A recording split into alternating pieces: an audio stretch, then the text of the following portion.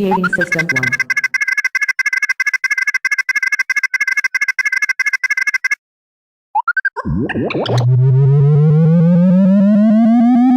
System 1 loaded.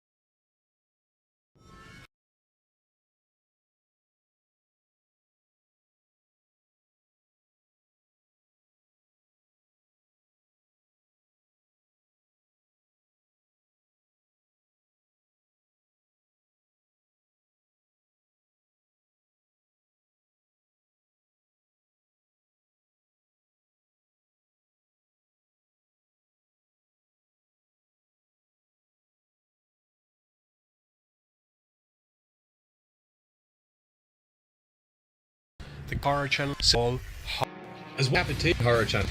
MA strongly for mature. The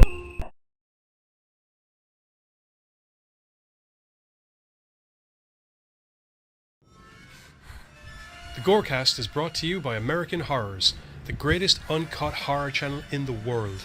24 hours a day, 7 days a week, all horror.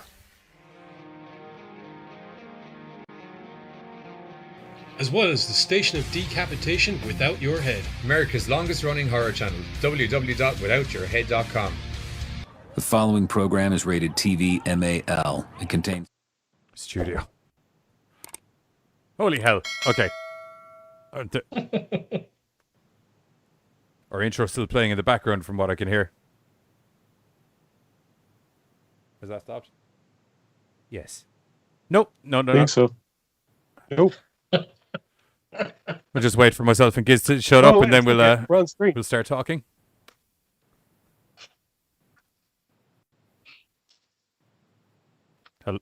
I think it stopped. Okay. What's up, Gorecasters? So, some technical difficulties from the offset there.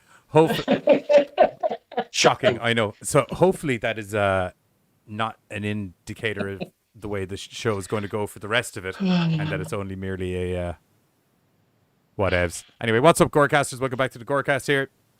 Me, Johnny Deadly, and the Giz and the Buzz. We're all after the Buzz and the Carter. Sorry. I won't lie to you, bro. I'm a little bit flummoxed with all of the I'm not here. weird shit that's going on. Technology-wise. Anyway, we all sat down and watched the Snyder cut this week, and you know what? Spank my ass and call me Charlie. It was fucking good. Quick review right there. Don't get me wrong. We've got some gripes, and as per usual, Carter would appear to be completely opposed to everything that we are saying. Hey, man, I don't mind a spank on my ass, but don't call me Charlie. I'm not that. Okay, that's fine. That's fine. Okay, fair enough. So what do we call? Yeah, and then we were kind of like, is this an horror enough that we can get away with doing that as a solo episode? And I was like, fuck no, but there's definitely some horror-related superheroes there that we can fuck around with. And Spawn came to mind because he had an animated series we could talk about as well as a movie that we, yeah, that's there. Anyway, we are. Yeah. Yeah, so that's the plan. We're talking a whole lot of comic book superheroes and talking about the long-anticipated, long-awaited, and muchly drool-inducing Zack Snyder's Justice League cut. Oh, yeah. Bill said give a spoiler warning for those who haven't. Oh, yeah, anyone who hasn't seen Justice League, the Snyder cut, there is possible spoilers. I hadn't thought about that. Yeah, but I don't know. I mean, like, there's a lot that was changed, so like I could see the potential there of spoilers. Yeah, like the whole end. There's definitely there's definitely some things we won't be talking about. I think because right, but there's some things that indirectly we may kind of like trip to somebody that's not seen it. I mean, everyone's kind of seen. I think we can do it if we don't go into too much detail. I think we can do it by generalization. You know, like talking about the Flash scene, the introduction of his character and how that was completely different in the way they handled that. And I mean, if you want to go just in general, hey, did you see the fucking first Justice League? This one's 2 fucking hours longer. Hey! So, Spoiler like, alert. times fucking better. Spoiler alert. I didn't know it was 2 hours. It's a fucking Sorry. film. sorry, maybe not everybody knew how long it was. Look, provisionally for safety's sake, because we, on the group chat Thursdays, have been known to get a little bit excited while talking on topics. By excited, I mean heated, and by heated, I mean angry. So... Changed maybe for safety's sake,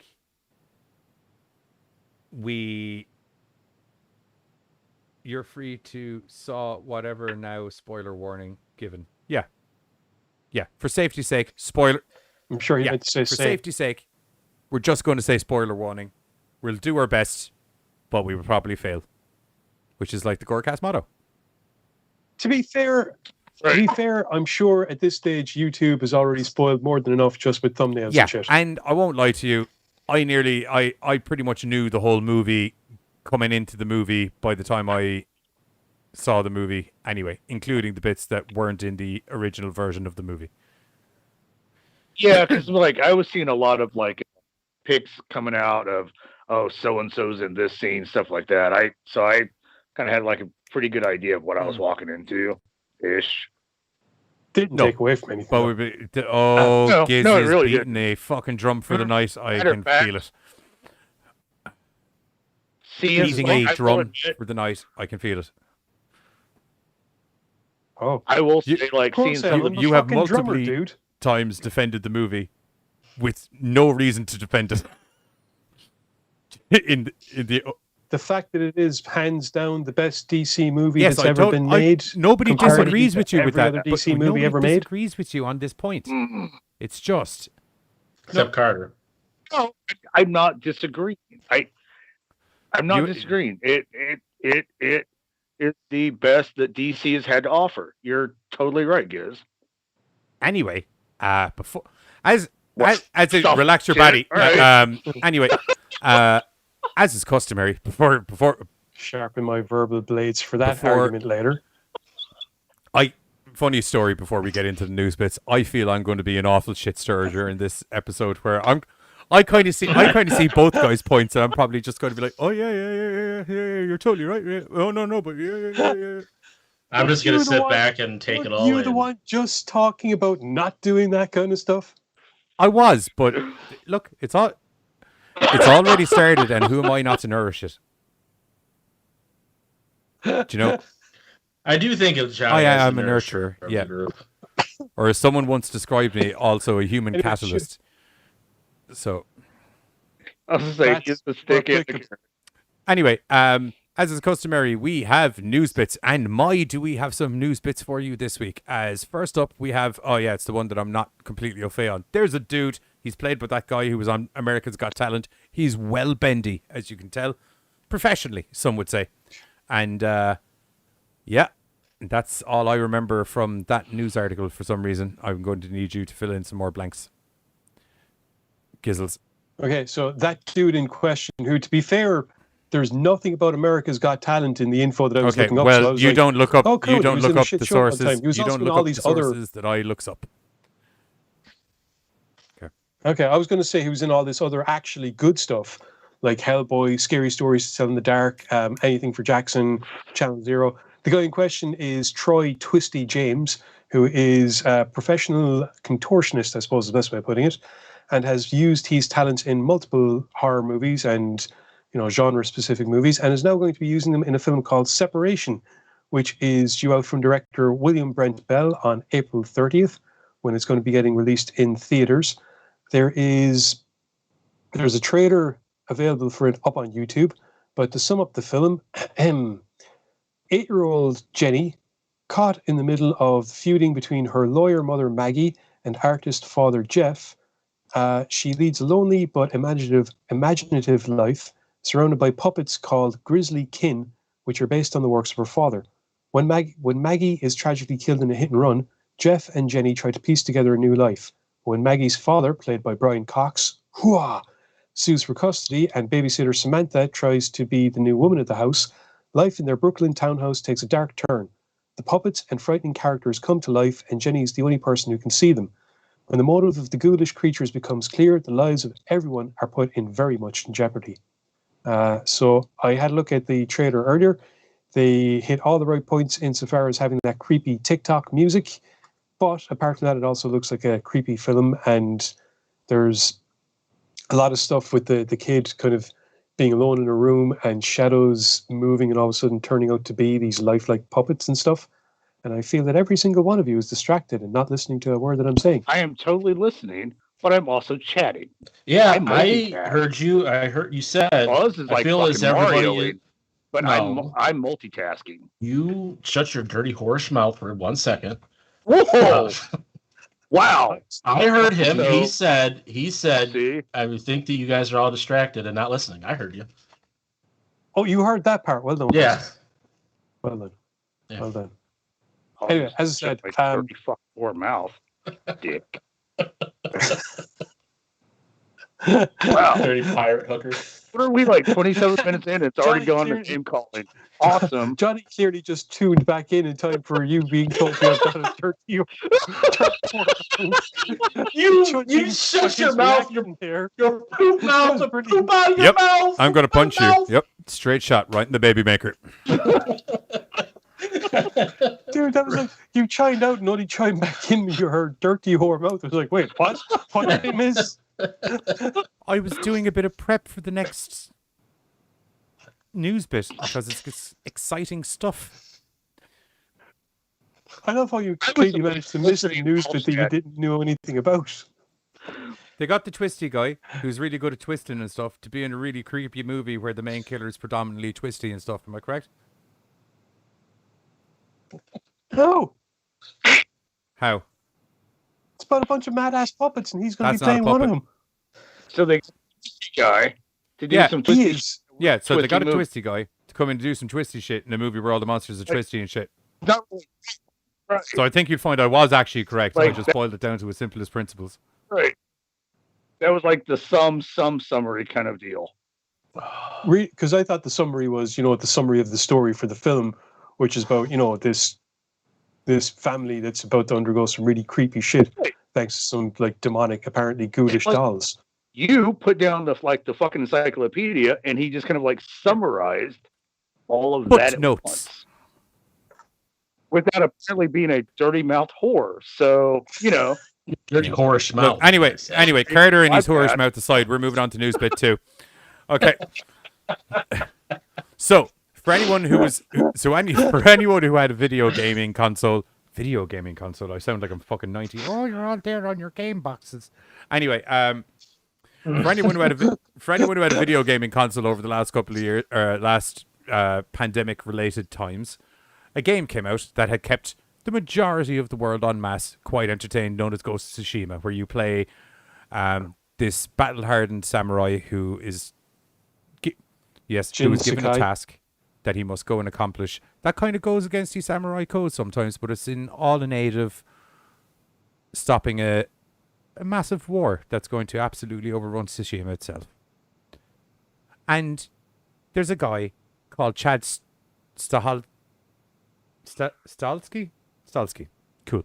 There's a guy called Chad Stahelski. He's just a little known dude. He's directed, a couple of the old John Wicks. Oh no, wait, not a couple. All of them. All of the John Wick movies. And the guys from Sony Interactive were like, "Hey, we got the samurai video game on lockdown here, and there's a pretty good storyline to it." I know the guy from Ireland that just did a brief description of the storyline kind of didn't really get fully into it, but that's because he can't, because it'll go on too long. But anyway, Irish guy aside, do you fancy shooting a movie? And it turns out he's going to shoot that goddamn movie because there's a Ghost of Tsushima live action adaptable remake coming to cinemas very, very soon, because Chad's talking to the guys from Sucker Punch Entertainment who made the video game, and they're talking to the guys from 8711 Productions who make movies, mostly John Wick movies, and they're amazing. As long as it's not like the Sucker Punch movie, because Look, Sucker Punch had its there's a lot to Sucker Punch that people miss out on. Don't get into an argument with me or we'll end up reviewing it. yeah, but I was just going to say it's a nice It Alice is. in It's Wonderland. completely an Alice in Wonderland. I was gonna say like they put in like some pretty chicks to follow around fantasy weird. Yes, like okay, every other movie. just not as good. Cool.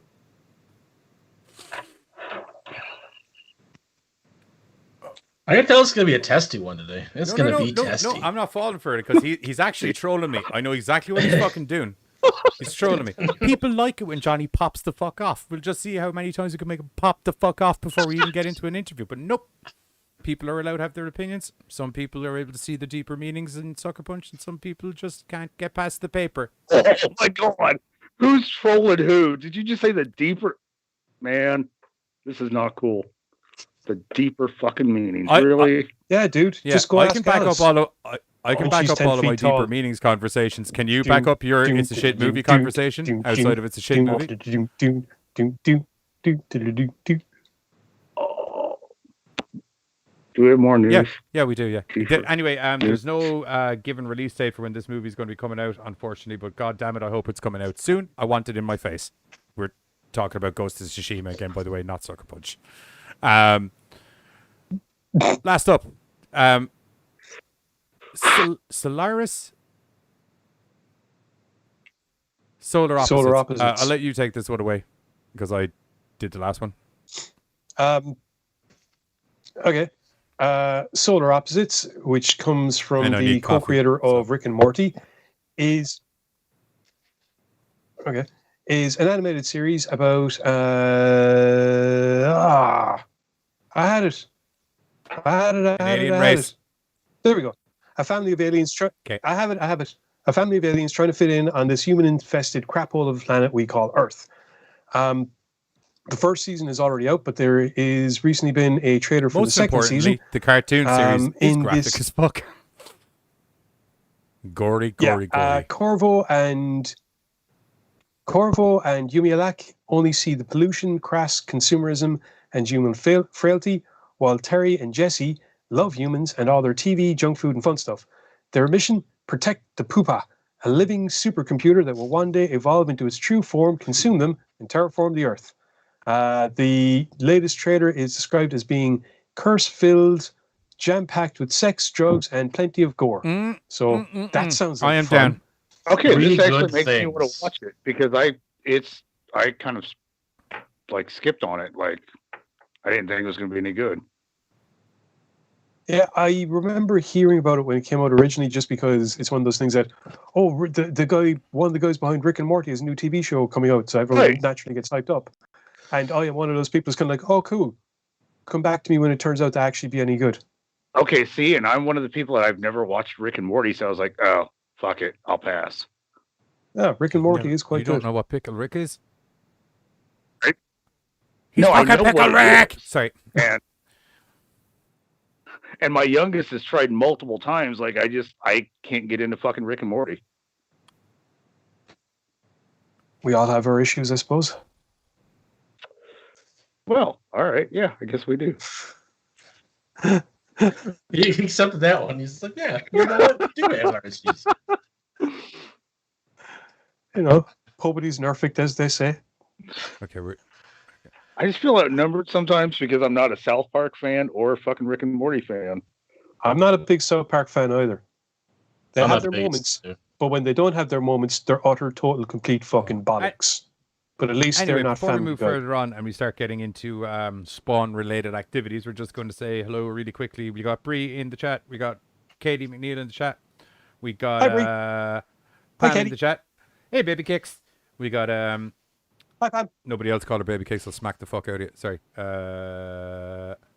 We got Jer Hanley in the chat. What's going on, Jer? How are you, sir? We got and that's Boy, it. Hanley. We got them people and some other people as well who haven't commented.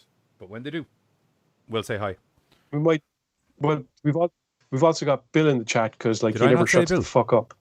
No, he doesn't. I love it. You said Bree, apologies. you didn't I say thought I Bill. said Bill as well. Apologies, Bill. Bill is also here, as has been established. Yeah, that goddamn fucking circus tent brain Right. of his. Anyway, moving on to what the whole meat and bones of the show is. Well, what some of the meat and bones of the show is, but mostly it's probably going to be Justice League because we're probably going to try and get through Spawn relatively quickly. I'd get to Justice League. Do you know why? Because I feel Justice League's going to go on for a bit. Jesus. Not on And I just have to say, hey, so Pam says, hey, sugar buns. I just couldn't pass that up.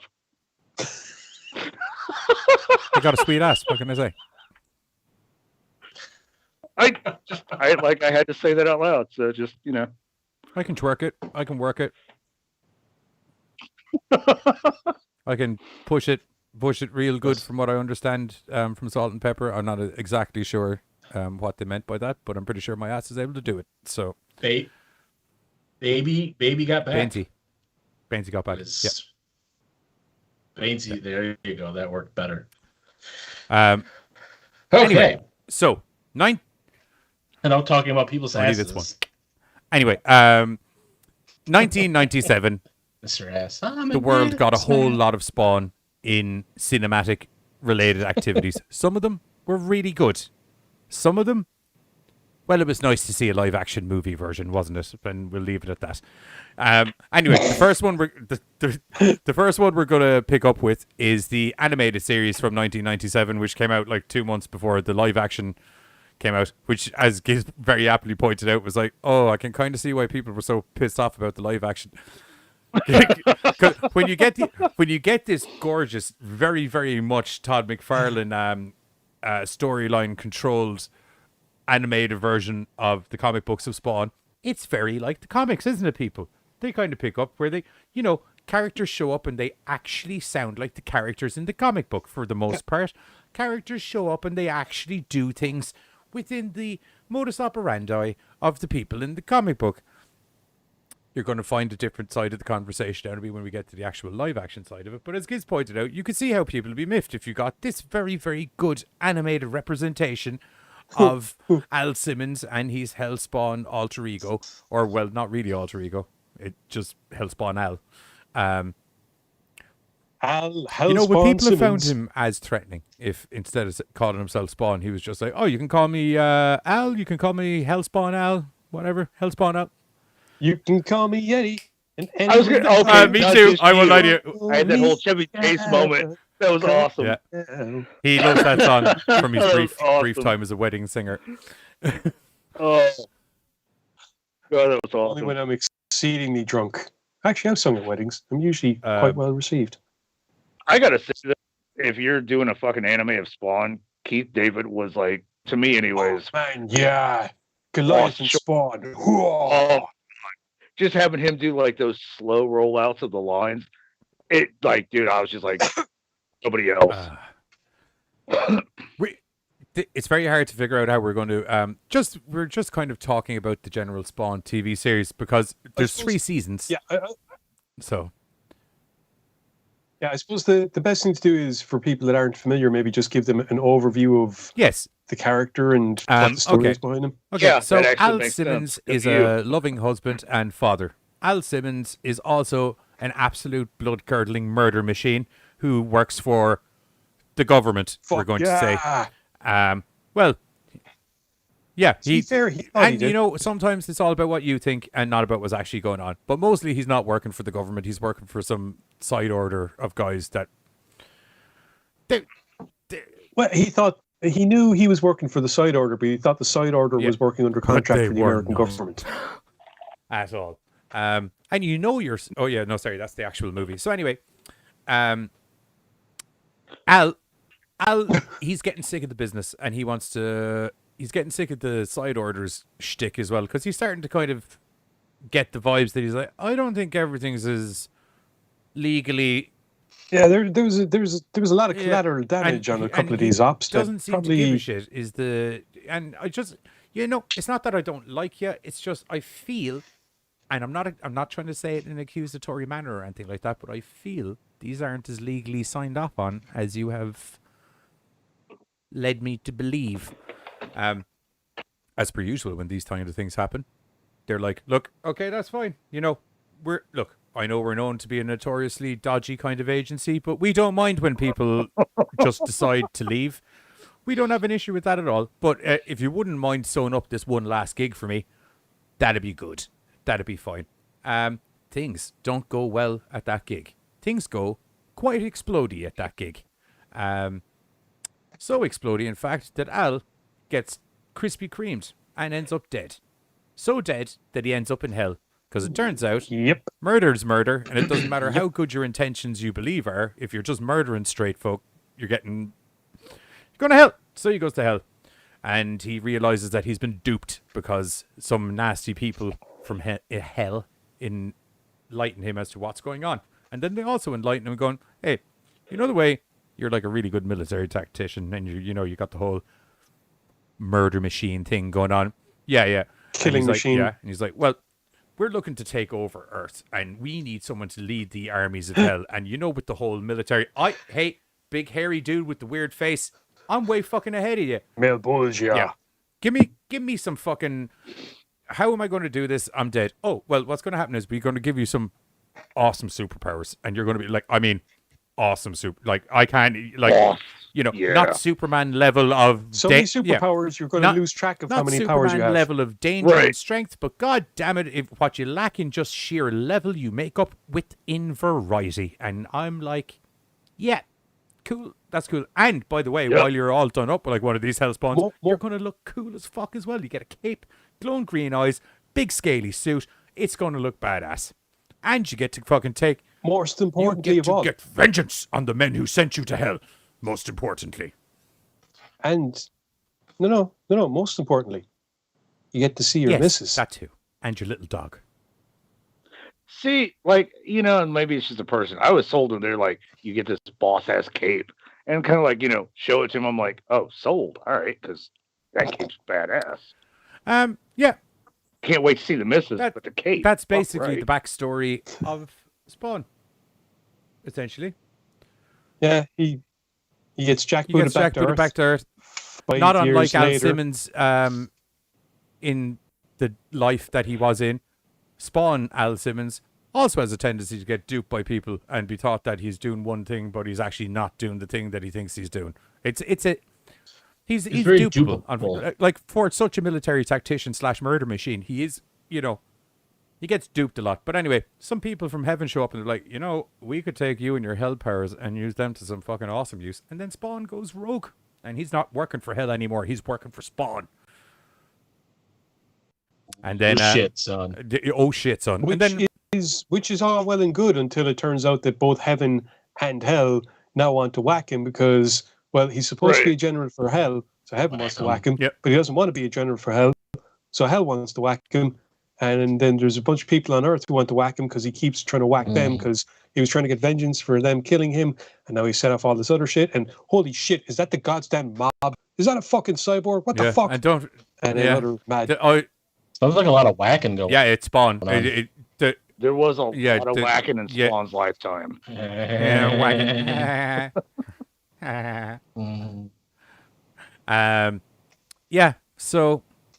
the animated series from 1997 does a very good job at representing most of those story points and kind of doing one or two little bits of their own. I thought third season's pretty much new material. let's be fair. So as being the newer viewer to this, because I didn't see it previously. Watched a couple of episodes. I watched the first 3 episodes. I really enjoyed the style, the art style. It kind of reminded me a bit of maybe like a little bit of Batman the animated series kind of look. Yeah. I liked the introductions by Todd McFarlane, like where he kind of came in and he was kind of like telling you a little bit about like, this is what you're going to see in this episode, kind of little bit of like the theme at the beginning. Which I feel is like a comic book creator's way of going, so here's the story. HBO gave me 30 minutes to do this comic book version of this episode. It was customarily about 65 pages, which doesn't translate down to 30 minutes. So we've had to skim some shit out. But let me fill you in on the other stuff. Todd McFarlane. But you know what, though? Because that's true. I thought they did an amazing job filling in that. They did. I'm not complaining. I'm just justifying him showing up at the start of the movie. No. I just want to put that out there because, like you said, they're like these things don't translate well. But I thought they did an amazing job. Like I was never not entertained watching Spawn 3 seasons are down. You know, like I was just like, And I have holy to say, fuck, dude. I was always like looking forward they to had the like next really good cinematic pacing between the episodes and stuff like that. Like you do get like conflict and resolution per episode, but there's also very much an underlying storyline that they managed to keep very much prevalent through the rest of it, where you want to come back every episode and see what's happening, not just because, oh, he's going to mangle up some new bad guy this week. Do you know what I mean? I wondered, was this story going to be finished, wrapped up in 1 or 2 or 3 episodes? But like you said, you still had that run going under it that just kept everything flowing, but still new as they progressed and shit, dude. The one thing that when I kind of said it a little bit before we did the episode, that I kind of got disgust looks on your guys' faces was I did prefer Leguizamo's clown over the clown in the animated series. Leguizamo is Leguizamo. He is fucking Violator. Sorry, I love his rendition of him. He's so much energy. I agree with you. I like his whole okay. I think Giz gives me a dirty look, and Carter always gives me a dirty look. So maybe I just Giz. Can I say right before? Can I say before you go into a comic book thing? If you remove the fact, it's not a comic book thing. If you just look at it from an entertainment standpoint, you have to admit he's a fucking entertaining Violator. Do I have to? I mean, I know that was directed at kids. Whoa. Hang on. To put it in terms that you will fully appreciate, right? To put it in terms that you fully appreciate, right? Okay, cool. In that case, you have to admit John Cena is an entertaining wrestler. But he's not, though. I'm entertained by a lot but of I don't want them getting shoved in my face like that the whole fucking time, the way Leguizamo's clown shoves himself in your face the whole fucking time. As opposed to the animated version, which is just as seedy, except far darker and more malevolent by just being more, not even subtle, but he oozes menace, as someone once said about me long ago. And it just comes off him so well. As opposed to Leguizamo, who, quite honestly, for some strange and unknown reason, seems to be acting like fart jokes are the most comical thing in the world. He was the lowest fucking. Oh my God! I don't know. I like Leguizamo's humor, as opposed to actually being. I like Leguizamo's Violator, dude. I don't dislike the one in the cartoon show either. No, he was just terrible. Okay. No, it's just like, dude, he was milking the fucking cow for like the lowest IQ. I won't lie to you. Whereas there's a very good point. There's a very good possibility that the reason I enjoy his performance so much is that in a movie predominantly filled with very bad performances and just not good movie in general, he was very entertaining to me.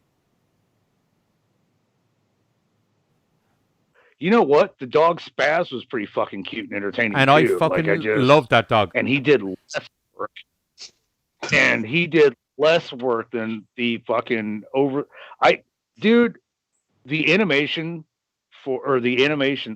animated version in the series did a better mellifluous clown Violator. Like it was just like it was a slow kind of menacing. This is why I was saying I'm going to end up on the fence about a lot of things. I agree with you that, like, in a relation to what the clown is supposed to be, like if you've ever read the comic or anything like that, that's a better clown. And I will admit, it's a scarier clown.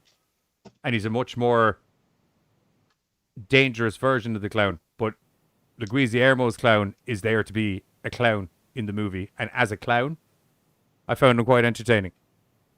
And, if we were just like, hey, we need a fucking joke. Oh, let's use a really fucking awesome character and just diminish him to the lowest value possible and throw him in a live action film. Damn right, he did an awesome job. Now, you know, but it just like actually, I'm going to keep note of that sentence in your head. We're going to move on to the trailer for Spawn the animated series, and then we're going to come back with the movie because what I'm about to get into. Excuse me. What I'm about to get into is a little more applicable to the movie conversation than keeping it going on this bit. So here's the trailer for Spawn the animated series. We'll be back in a couple of minutes.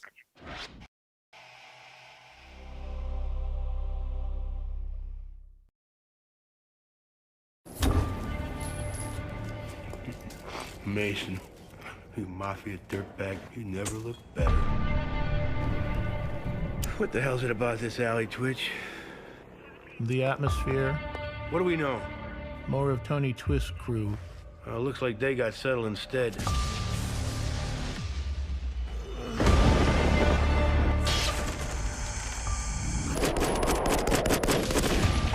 Simmons is dead.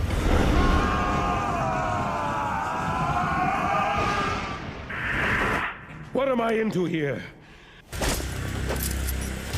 What do you think? I think it's insane. Am I dead or am I alive? What am I? You're going to have to trust yourself for the answers. Bye-bye, Daddy. Best friend a poor number crunching jerk like me could ever have.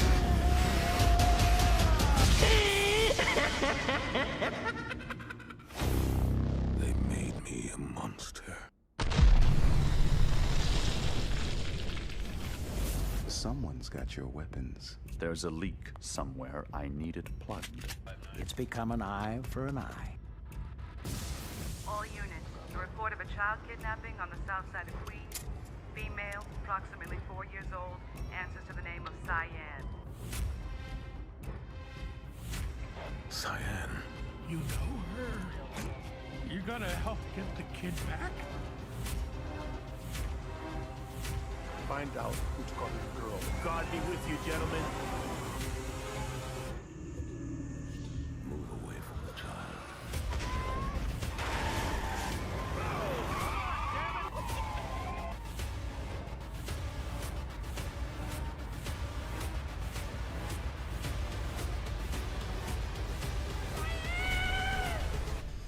Hey, that wasn't in the script. Down. All the ghosts come back to me. They gather around. Don't let the demons take you. You hear me, soldier? Don't let the demons take you. Ow.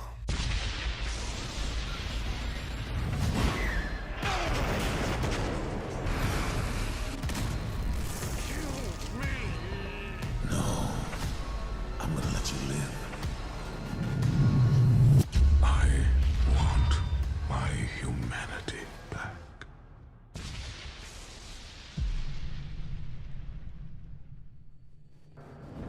You'll feel some pain.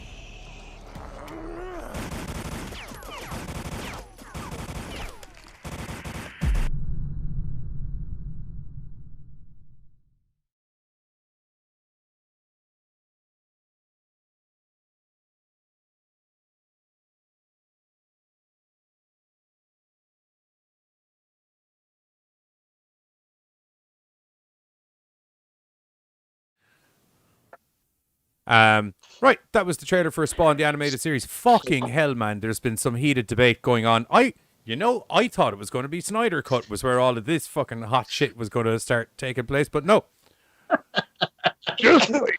Yeah, it's Dude, comics. it's comics. Yeah, it's comics. How the hell it's did you comics. not Yeah, expect it's this to comics. happen? Quick, leaving us because she's got shit to do tomorrow. Toodaloo, Good luck tomorrow, Katie. Katie. Talk to you later. Good luck with your shit that you're doing tomorrow.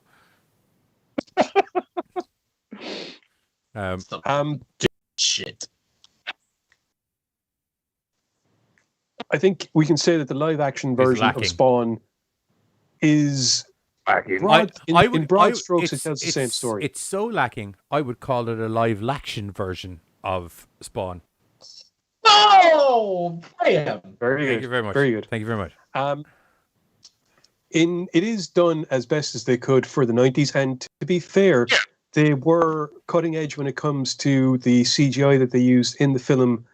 The fact that they actually went along and spent so much developing it, knowing that it was going to take that, in order to bring a character like this to live action in any way, shape, or form, it would need those kind of effects used in when it. you have that many well-paid actors, well-known actors in a movie, and the best paid actor out of all of them is the fucking cape, it'll give you an indication of what way technology was back in the day. Yeah. Okay, but like, look at the CGI. Like when he did his thing, thing, or like when he was on the motorcycle and did the fucking spike to the truck. That was cool. All that shit looked good. It was like when we went to hell. It reminded me of the old Lawnmower Man movie. No, I think part of the reason for that is that that entire sequence was handled by a different company as compared to who did the other stuff. What was the name of like the bearded dude in hell? Malbrosia. He looks stupid in this movie. Yeah. No, actually, no. Hang on a minute. This film, there was a bit at the start where I don't. It looked like a puppet of Malbrosia or something. It didn't look like it was CGI. I think it was, or was it the Violator? I can't remember. There was definitely one shot of Malbrosia where it wasn't like a full body thing at the start, where it was just like a head and arm or something like that. I think he was talking to Clown. That looked great. That bit.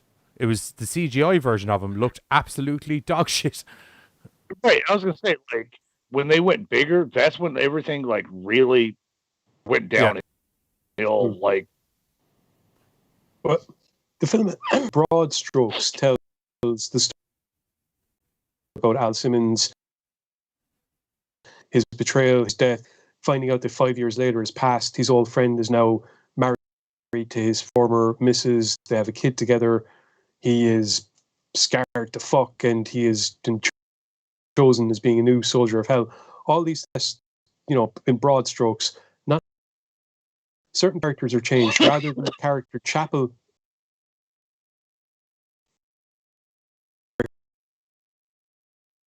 Funnily enough, actually, one who actually killed Al Simmons, because the character Chapel was originally created.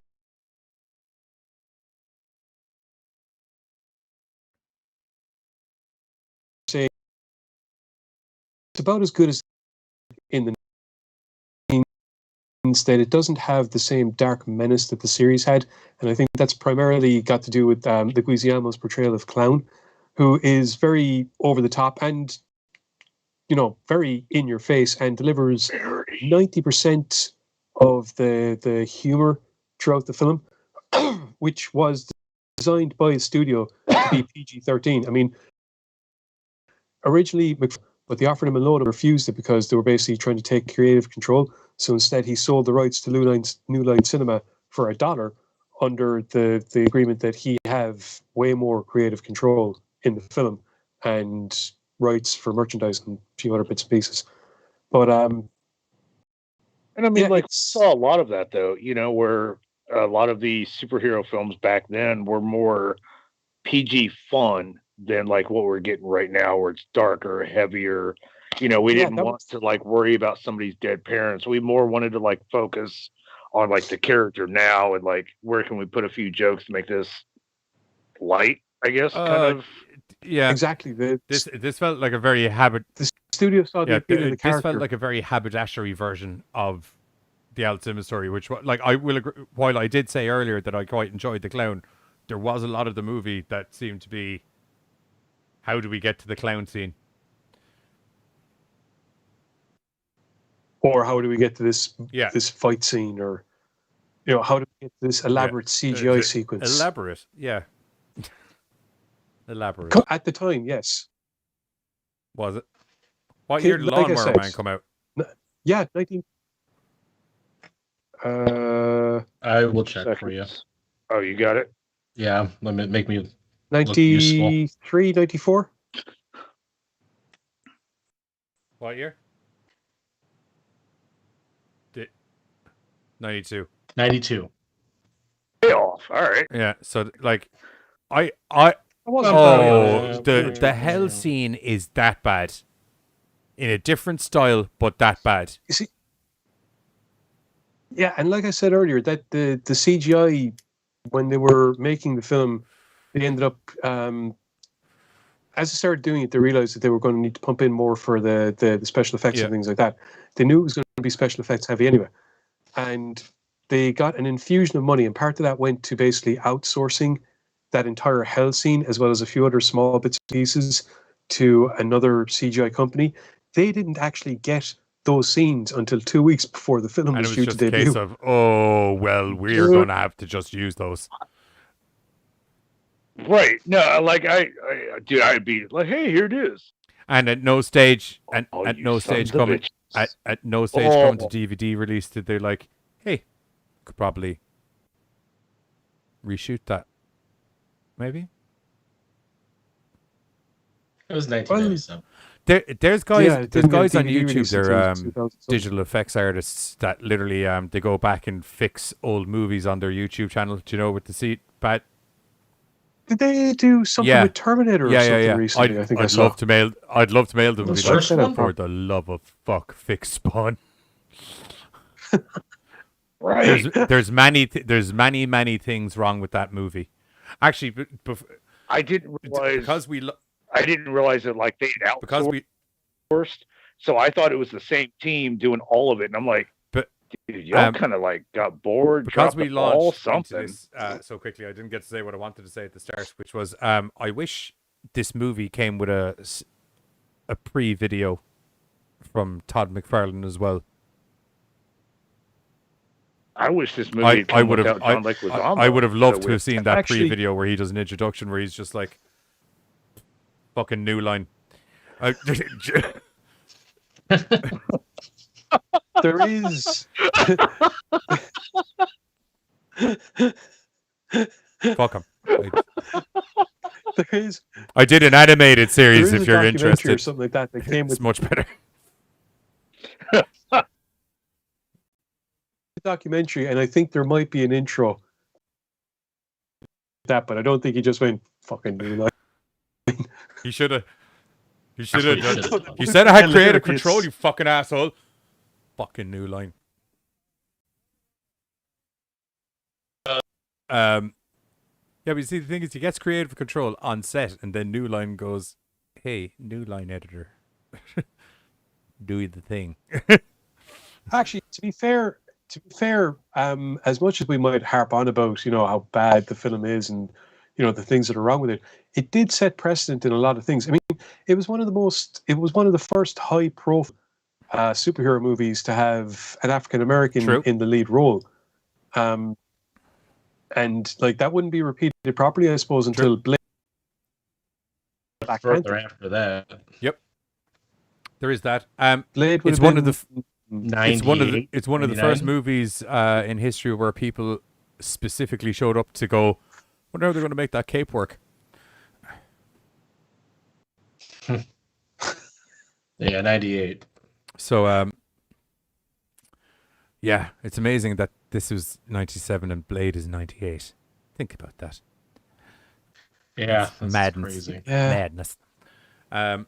So much better. But I mean, like, okay, in defense though, they didn't really like lean on CGI as much, so like Yeah, true. that does help. They just leaned on vampires, which was fine. So, right, throw some fucking teeth in people's faces. Get the guy make them who's really die, good with a sword and really good at kicking people. Yeah, get the guy who's really good with a sword and good at kicking people in the head to show up and use the sword and kick people in the head. Carter, you're Road Warrior Hawk. What the what? I'm Road Warrior. We got Jur and Bill going back and forth, and it was like, "Hey, who thinks Buzz and Carter are the retired road warriors?" I was like, "Oh, which one am I?" And then Bill popped off with retired bushwhacker, maybe, but not retired road warriors. I was like, I do "Oh." like licking people's heads, so I mean. Right, I was like, "Hey, Road road warriors, fucking awesome." I'm not cool enough to be. Sorry, did you say you don't? Bill's like, Did yeah. you say you don't like licking people's heads? I said I do like licking people's heads, so bushwhackers would probably be more Do realistic. you know that apparently the Bushwhackers were mad to turn heel, That's but because they're Vince called wouldn't let 'em. bushwhackers. Well, before they were in WWF, they were actually like batshit Yeah, they were like the crazy Briscoe heels. brothers of the fucking 90s. Yeah, I love to come to WWF and they're fucking licking people. They are not a very coronavirus friendly tag team. No, good thing they No. retired Well, it was, many years before. That doesn't Corona. matter. Good thing it was like decades before. Yeah, that. yeah, yeah. I will go with Bill with Demolition. I like Demolition. I did not. Road God warriors. damn it, Carter. Bill is just out to hurt my feelings, dude. You're Come on. always- I'm not on my side. We're not a good team. In fairness, Demolition Demolition did Bushwhackers. look like a bunch of gimps wearing Kiss makeup. Thank you. Main. Say it's one of their faces, and you get put through a table. Bar. I'll stand by my look. Sorry, Giz, you know. Sorry, hang on a moment. I need to clarify something. Giz, you know me long enough that I will go through that fucking table.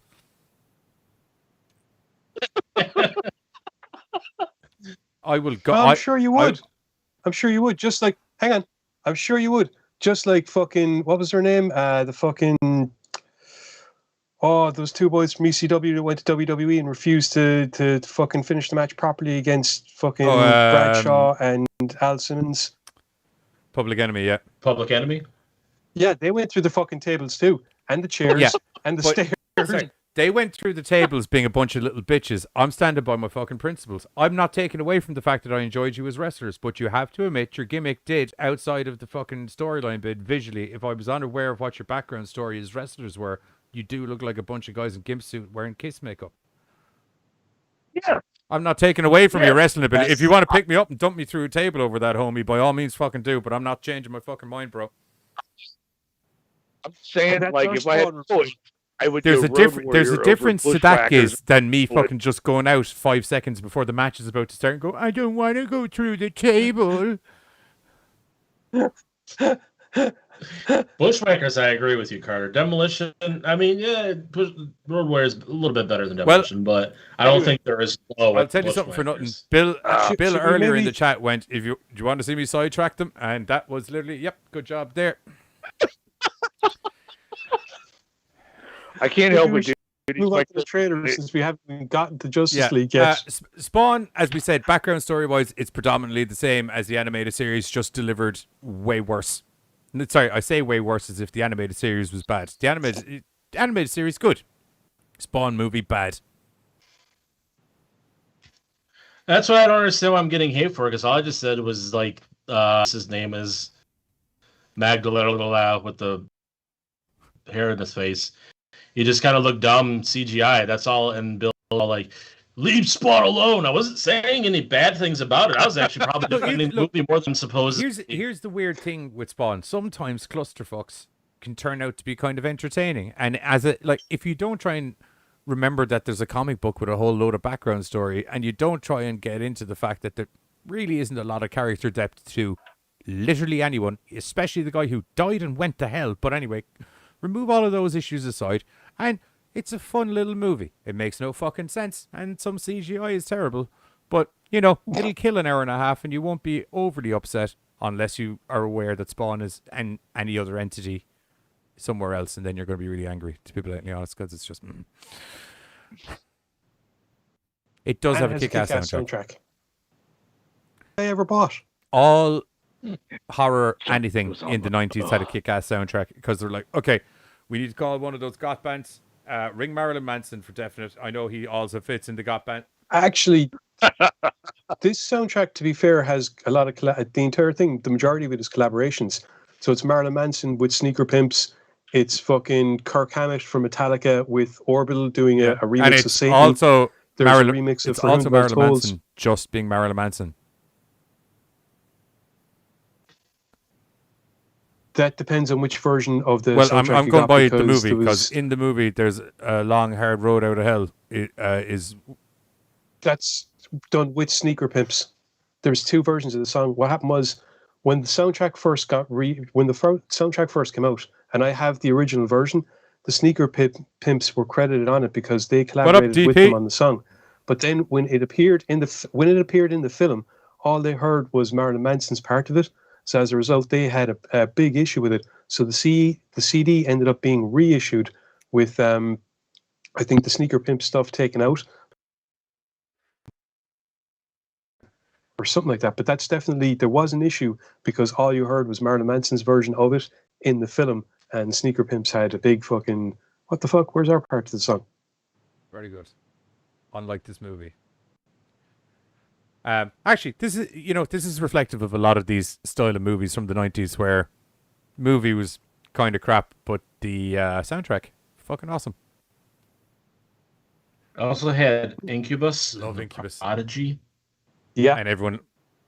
Silverchair were good. Silverchair. I I forgot about them, They're dude. one of my favorite bands ever. Filter and the filter with the crystal method. Can't you trip like I do? Great song. DJ Spooky. So basically, everything that made that time period good. But like, if you think about it, like, I mean, you had like the Blade soundtrack had loads of fucking cool shit in it. That wasn't a bad movie though, actually, so that's not applicable. Queen of the Damned, that's a fucking awesome soundtrack. Absolutely garbage movie. I do like. Ooh, the Butthole Surfers and Moby. That's a good guy. Yeah, had me till Moby. Anyway, we're going to hit the trailer for Spawn, the real movie, the one with the real people, but not the real, because technically the animated movie is more the real movie than the thing. Yeah, live action. Trailer time.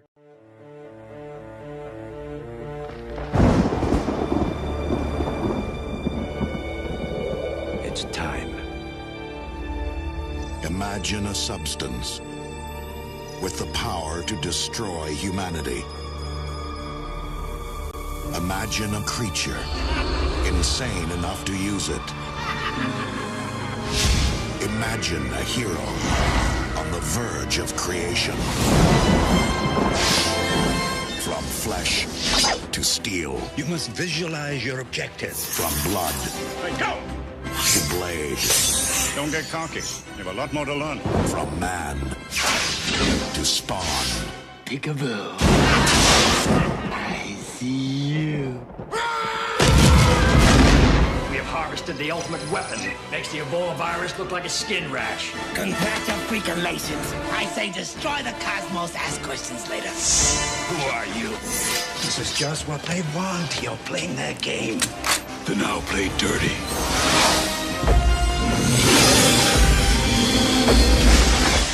You've been violated, girly man. You should armor! Now stay sharp. The night is young. This summer, evil has a new enemy. Justice has a new weapon. And the world has a new hero.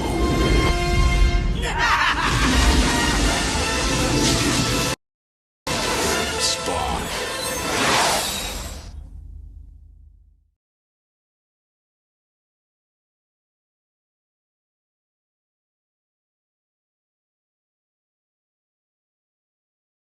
I got a bottle. I can just go Dumb and Dumber it over here. That's okay. I was like, hey, since you're up, grab me a drink, would you, bro? That's I wouldn't be bragging about being able to fit my dick into a fucking beer bottle. You don't really have stop to the starter. It stings. Another one. Right. Do we want to rate our spawns before we move on to Snyder Cut? As long as my kids don't see this, I'm totally okay with like rating my spawns. One a little bit more my favorite than the other. What happened? And that is exactly but I'm not putting names down because, you know, that would make me an asshole. Did I miss something? It's not that I want to have you thinking that I like one of you more than the other one, but I do. Right. So far, they think they're equal. They're not. But they think they are. That's all that matters. Oh, I see what's going on here. I thought something was going on in the chat, and I'm like, I'm missing something. Demented Pictures is evidently going to gas his missus out of it because he's eating beans before bed and possibly bacon and cabbage with cheese in it. Which I just to clarify, I don't have an issue with cheese on the bacon and cabbage as long as it's like cheesy cabbage and. I just don't like cabbage in general. Cheese and bacon is a good. A mixture of sweet and sour sauce mixed with wasabi paste, used to dip sausage rolls, followed by fizzy cola bottles. That is a murder machine. Just ask Bill. I'm afraid to. You are aware that if you start getting into stories of what Bill and used to get up to, he's going to unleash the gate and start getting into more stories of here's another moment in history with kids. Well, It's gonna go as long as Snyder Fuck cut. you, microwave. Which I love. I love learning more about Giz through Bill. I don't even remember that. Bill is happy to tell me. Before we get out of hand, I'm gonna go half and half on each Spawn, half star each Spawn. I only watched 3 episodes, so I can't give a full. I'm gonna give a. You can. You definitely can. You cannot possibly be giving the same rating to fuck. I normally don't give out about people's ratings and stuff like that, but you cannot be giving a half to fucking both. All have an opinion. It's cool. Let. Your opinion is your own, except this time when your opinion needs to be this. It's just like he admittedly said that the animated series is better than the fucking thing. So I just don't know how that equates. Do you know what I mean? We can't just be firing fucking half stars out fucking willy-nilly here. Like, do you know what I mean? Like, let's be serious. I like Leguizamo as the clown as much as the next guy, but let's be serious, kids. Do you know what I mean? We need to knuckle down here for a minute. One of them is a distinctly better product than the other. I'm sorry, Zack Snyder. I really did think we were going to get onto your movie tonight. So Bill just said, "Hey Carter, ask Giz about this lemon-flavored shit." God. I once came home when we were living together. The Jack's was located directly at the top of the stairs, right? Directly. I came up the stairs. The door opened. Before Bill even walked out, an invisible cloud of what I can only describe as lemon-scented shit hit me so hard like a physical force, I nearly fell back down the stairs. Oh yeah, dude. No, he is all about just like, hey, so this one time I drove around with Giz on the bonnet of my car as Xmas around Castle Troy and braked so hard on the front of the goodie bar, he went flying. No, I nearly went flying. I've got a damn good grip. I also nearly went flying when he went around the roundabout. So, half stars. Yeah, I'm going to have to give the series. Yeah, I too am going to give the series the a full live star action. and the live action a half. I'm that way. Yeah. Half. Animation. Okay, fucking awesome. like really, like they're both getting halves. Really. Hey, last time I woke up, I was in America, and I have freedom. You're wrong. This is hosted in Ireland. Not on my end. It is very much hosted in Ireland on your end because it's on my hosting. Well, don't you guys have freedom over there too? And is Kate anyone Meal foiled the road, Macara. You're giving it a 1.5. Yeah, because we're all free to give our own Yes. opinions. Yes, sir. Until now. No, I normally don't have an issue, but I just don't know how I don't like this as much as this equals the same. Maybe my liking of Leguizamo outshines the thing. You don't know me. Are you fucking mental? Did you just say that motherfucker made the? Oh, I think I broke that. Buzz just said he liked the animation for 1 and the live action for 2. Can we move on, or for a half? So can we move on? Sound like Leguizamo. What the fuck, dude? Oh, You're making me hate the clown. that just You're making me hate the clown, and I like the clown. Yeah. Anyway, moving on. So back in 2017, DC and Warner Brothers, they released a movie called Justice League, and universally people were like, "That was bad. That's not how Justice League work. Why did everyone do nothing till Superman showed up? He was visibly fucking dead. It's like no one could fucking move on." But anyway, and some guys showed up, and then there was a thing, and then there was rumors that Zack Snyder had pretty much finished the movie, and there's a movie there, but they were all like, "We want Joss Whedon, we want Marvel, we need more ha ha ha," because this DC, and we're renowned for our ask for Josh Whedon. we were renowned for our comedy versions of fucking how funny our comic books are. That's us here at DC. Yucca yucca. We need more color, and it'll be all good. More color from the guys who predominantly wear fucking black. Dude, okay, sorry, translation. A bunch of DC fucking execs was like, Who else is killing it next to Zack Warner Snyder? Oh, well, Brothers. Why don't Josh people is, like our so- movies? Sorry. It's because we're not Marvel. Do you think it's because no one's like doing these scripts properly and they keep mucking up and we keep standing in, getting editors to step in and start editing shit and then it all makes no fucking sense? No, it's obviously not that. It's because we're not Marvel. We need to more Marvel.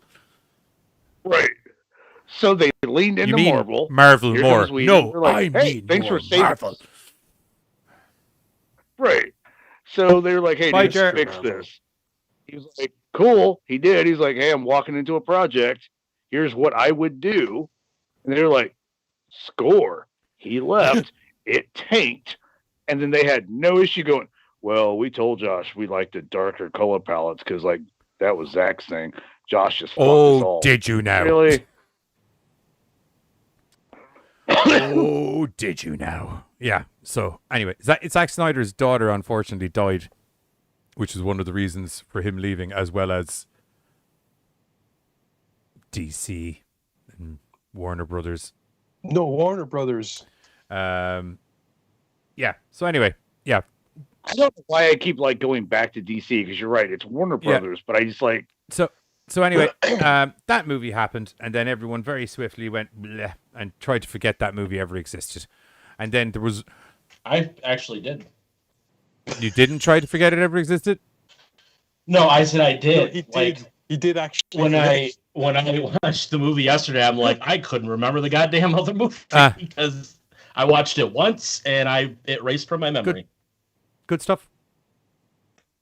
I'm redeeming myself from the No, last thing. you're not. I'm just saying that. God damn it. you still like the clown, so fuck Um, me, bro. So, He's gonna go pee. All right, so it's just the three of us. I seriously thought he was joking. My bad. So All anyway, right. yeah. So anyway, rumors were heard that least it wasn't an ice there was a breakfast. mythical Snyder cut, and that we want the Snyder cut because the Snyder cut's going to be way better than the other movie. You know what? You fucked it up in the Snyder. We want the Snyder cut. So several years later, people in HBO and DC and Warner Brothers were like, Jesus, fucking just Christ. briefly. Part of the reason for that was that in the meantime, an extended version of Batman versus Superman was released, which was shown to be a better film than the theatrical release of Batman versus Superman, which Warner Brothers had also interfered with and re-edited. So as a result, they were kind of like, this is better than that was. Show us what we could have gotten. Okay, I get that, but like you said, that was the director's cut, you know? Yes. So I get that. And we've seen a lot of director's cuts over the years of, you know, movies and shit. But I can't help but notice over time in the media where Zach's like, yeah, it's not really my movie. Like, I had this, like, he just kept pimping it. The fans kept screaming for it. And he was like, hey, bro, so, like, the fans really want to see this. And they're like, well, if you get like 1,000 fans to say they want to see this, maybe we'll put some money behind it. 1, 2, 3, 1,000.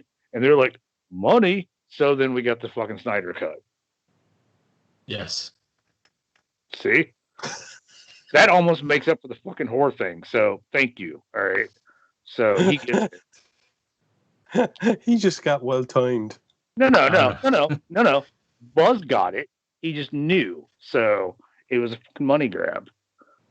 Oh, The end result for this, to be fair, the end result, I end would result call for this a this, redemption grab because they really did make a pretty good movie out of what was an absolute shit show. Okay. Yeah, Again, though, I will give you a fucking cookie for like taking 4 hours and not fucking something up worse. Like I said, how do hang you on. do that? The original, don't forget, before Warner Brothers stepped in and before any of this even started, when Man of Steel was announced, when Zack Snyder was doing that, they knew they had a plan in mind. That plan would culminate in a 2-part Justice League movie.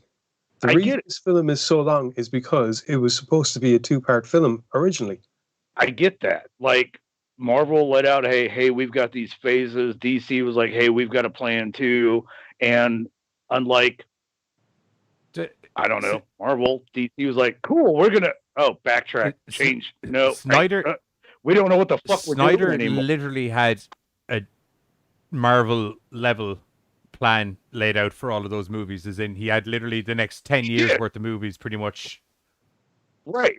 And I was totally stoked. I'm not going to lie, because he laid it out, and I'm like, holy shit, we're going to get a Flash, Cyborg, Justice League 1 and 2. I was totally stoked. But then too many cooks in the kitchen with that whole like executive issue. Everybody's like, no, fire so and so. It wasn't, and it, dude. like, It genuinely, all it wasn't a too many cooks in the kitchen. It was just executives decided to try and make a DC Marvel movie, and that doesn't fucking work. I'm sorry, like they weren't happy with the fact that they weren't happy with the fact that Marvel films were getting traction quicker than DC films were, and they put it down to the fact that Marvel films, because of their brighter tone, because of their snappier dialogue, they're more relatable characters generally. More kid-friendly as well.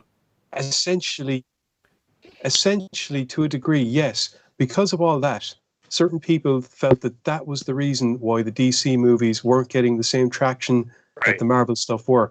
And rather than looking long-term, where you can say, okay, short-term, this is the case, but long-term, we're going to be able to create something that will have people coming back again and again, and will be able to stand up to, if not perhaps beyond what Marvel are doing.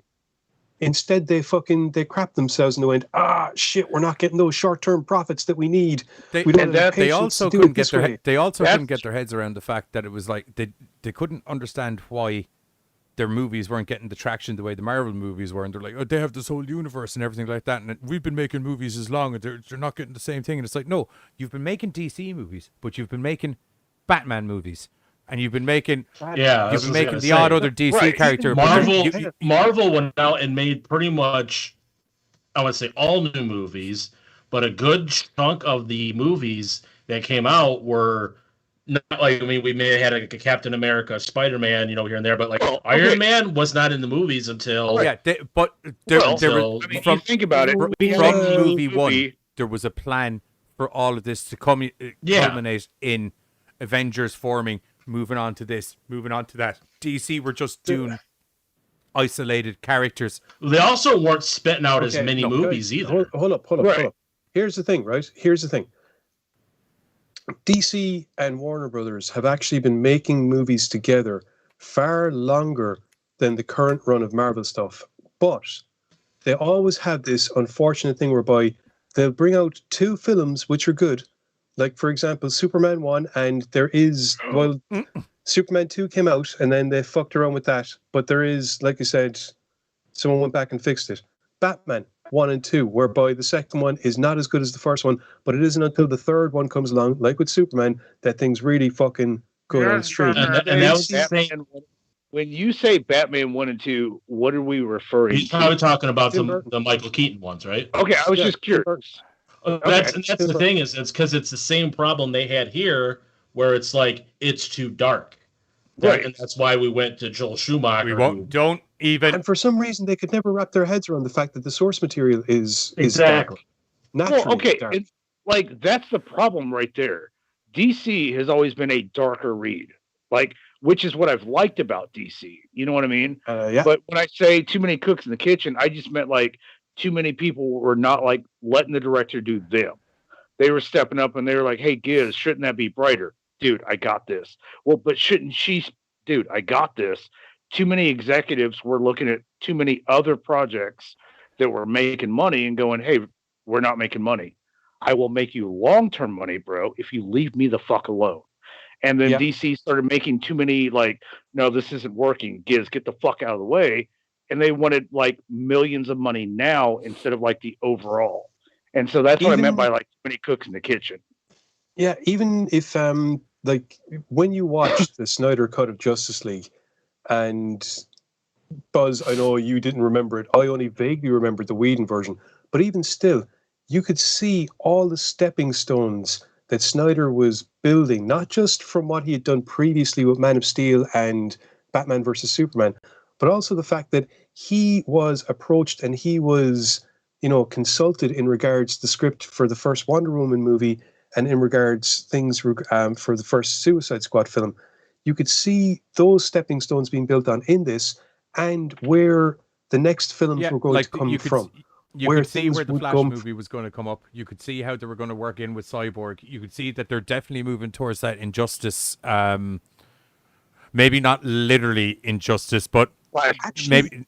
So, I was thinking about that, and I was thinking it might not have been as cut and dry. I have a theory where he might have been going with that, and it's something that was said by one of the characters in the very last scene, who mentioned multiple timelines, and all of a sudden I just kind of went, wait a minute, what if the next story wasn't going to be this, but what if it was actually this bunch of people coming to prevent that? But Injustice?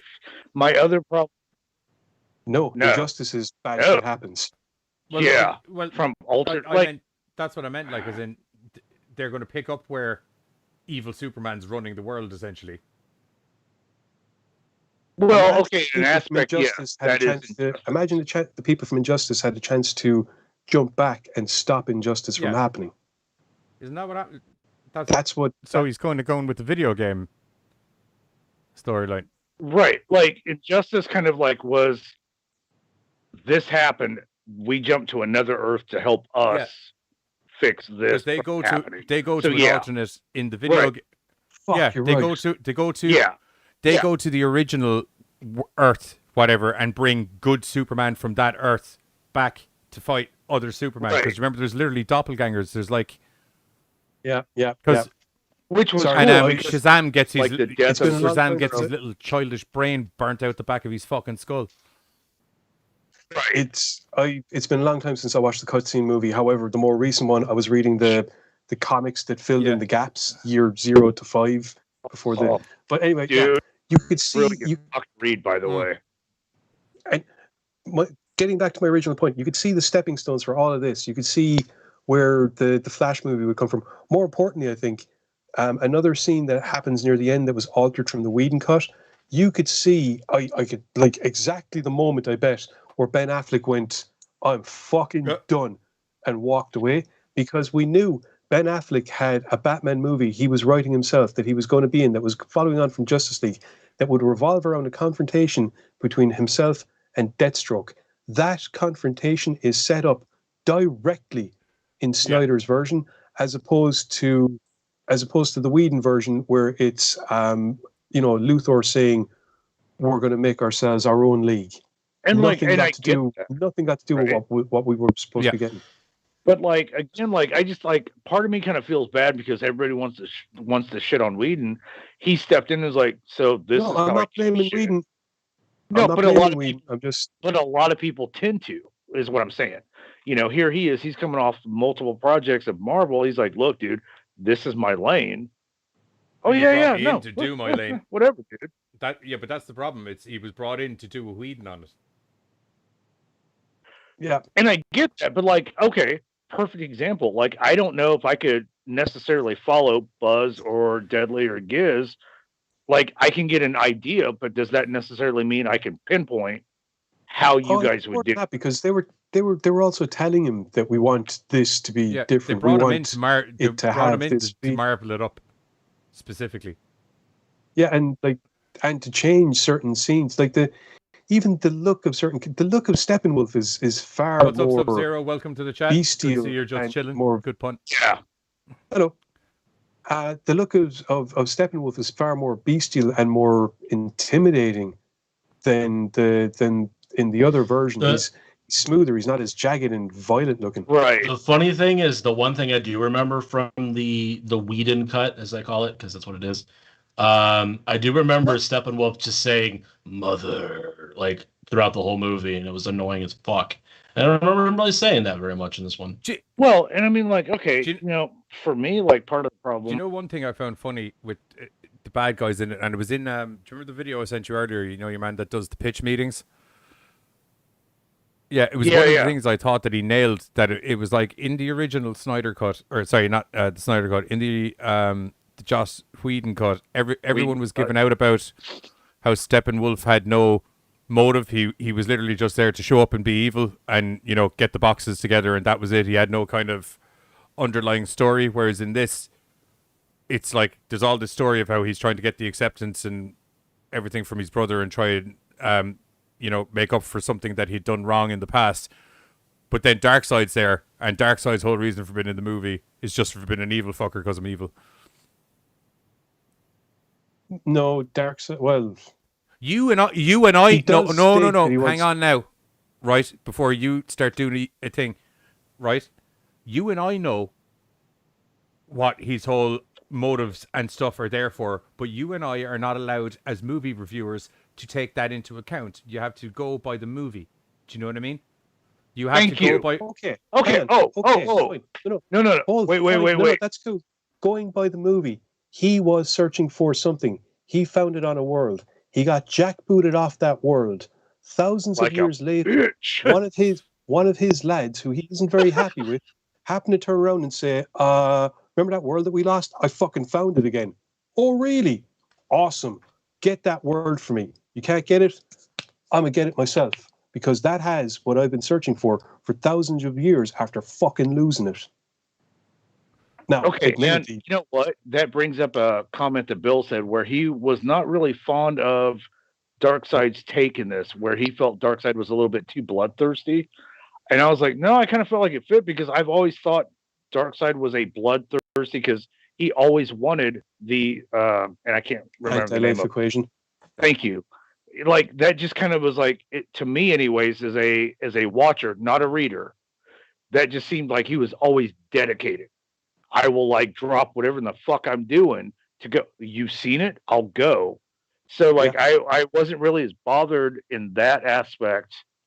I thought that kind of fit the character, part of my problem though was like you look at the original where like he originally tried to take over Earth. And like, what was that? Like 4 or 5 tribes joined together to thwart Darkseid. We saw that in both films. It's the humans, the Atlanteans, and the Amazonians, or the Themyscirians, whatever you want to. And the gods. They even make reference to like the gods. The gods are the humans. Which actually gets explained this time. No, it was. But I'm just saying, like, 3 or 4 fucking tribes got together to stop this one motherfucker. No. All the tribes of humanity got together. That's why we saw different styles. Like you clearly saw Mongol warriors there mixed in with African tribesmen. The leader appeared to be a fucking British king or something. I watched both films. I saw the Amazons, the Atlanteans, Mankind, Green Lanterns, the gods. Like I saw Mick Foley. He was kind of back behind Zeus, but he was like had sock puppet. But I saw like everybody get together to stop Darkseid. But yet somehow in both films, so this is not a spoiler, 5 motherfuckers got together and stopped Darkseid. Like really? It took over an army, but these 4 motherfuckers got this. Hold my beer. Like really? Yeah, because you're looking at a new pantheon. I love that answer. You look at the individuals, and if you look at the individuals, and this is something that is predominant throughout the DC comics, they are the new pantheon of gods. Wonder Woman is the goddess of the Amazons. She's the strongest. Aquaman is, the god of the Atlanteans. No, he is the king, not like the god. Come on, dude. Godlike power to to control every creature in the sea as well as the sea itself. When you equate that is fucking Which is the boss if we're fighting in the water. He will be better than Neptune. me. Like he's Neptune. Yeah, he's also super strong. You look. Can I ask? Is Carter's camera frozen for anybody else, or is it just me? Okay. He's frozen. Yeah. Cyborg is the new god equated with Zeus because he's omnipotent in our modern day and age. And the Flash is Apollo, the messenger of the gods. Superman himself then being like obviously godlike power, and Batman being the king of humanity, I suppose, the champion of the mortal realm. Because he's a literal fucking ninja. Okay. Sorry. Okay. He's super I don't know why I'm frozen because I still have internet, so work with me. Yeah, we can hear you just fine. Yeah, we can hear you just fine. So. Like I don't know, like when I'm watching something, I'm like, had it not been some like Lord of the Rings battle before, and then like 5 motherfuckers later, Yeah, but here, 5 I'll tell you motherfuckers what, who are like, in relation armies to of that, one. here's the thing with the Snyder Cut. Like, I mean, a lot of the first half of it is essentially the original Justice League movie, just with the Snyder stuff in there instead.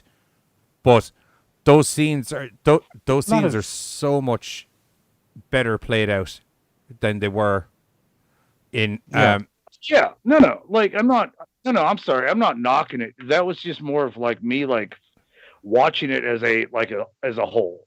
And I'm like, so it Like took like 5,000 of us, but it only takes 5 of us now. Well, as I said, if you look at the individuals, they are all arms like, of one in their own way. Right. Even Batman can stand down.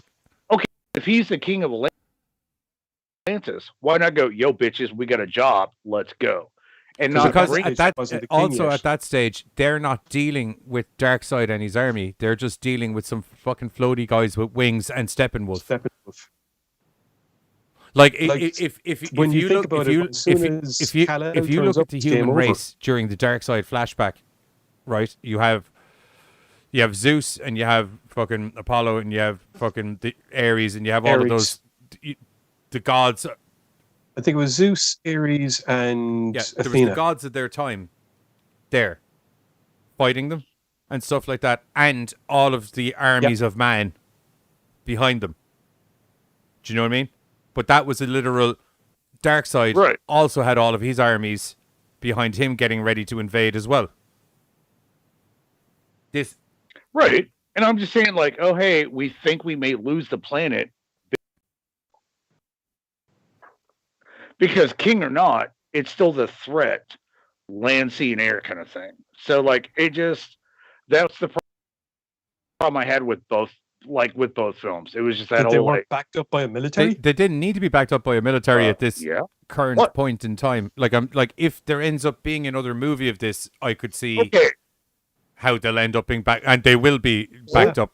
But both films, they were getting their ass handed to them until Superman came down and said, "Whoa, why are you fucking with my people, bro?" And then hang on a minute. In the Snyder cut, in fairness, right? I will say the Whedon one that essentially they all Batman spends the entire time trying to get the team together. Then he tells the team, "I got to go off and do this on my own." And essentially the team are like, "Well, what's the fucking point of getting us together in the first place? Fuck you, asshole. We're going in." They all go in, and then they literally stand there holding their dicks, waiting for fucking Superman to show up, and that's pretty much the whole movie. In the Snyder cut, I won't lie to you, they pretty much had that fucking, as I said earlier, they pretty much had that fight in the bag at the end. And do you know what I mean? Like it wasn't really going one way or the other.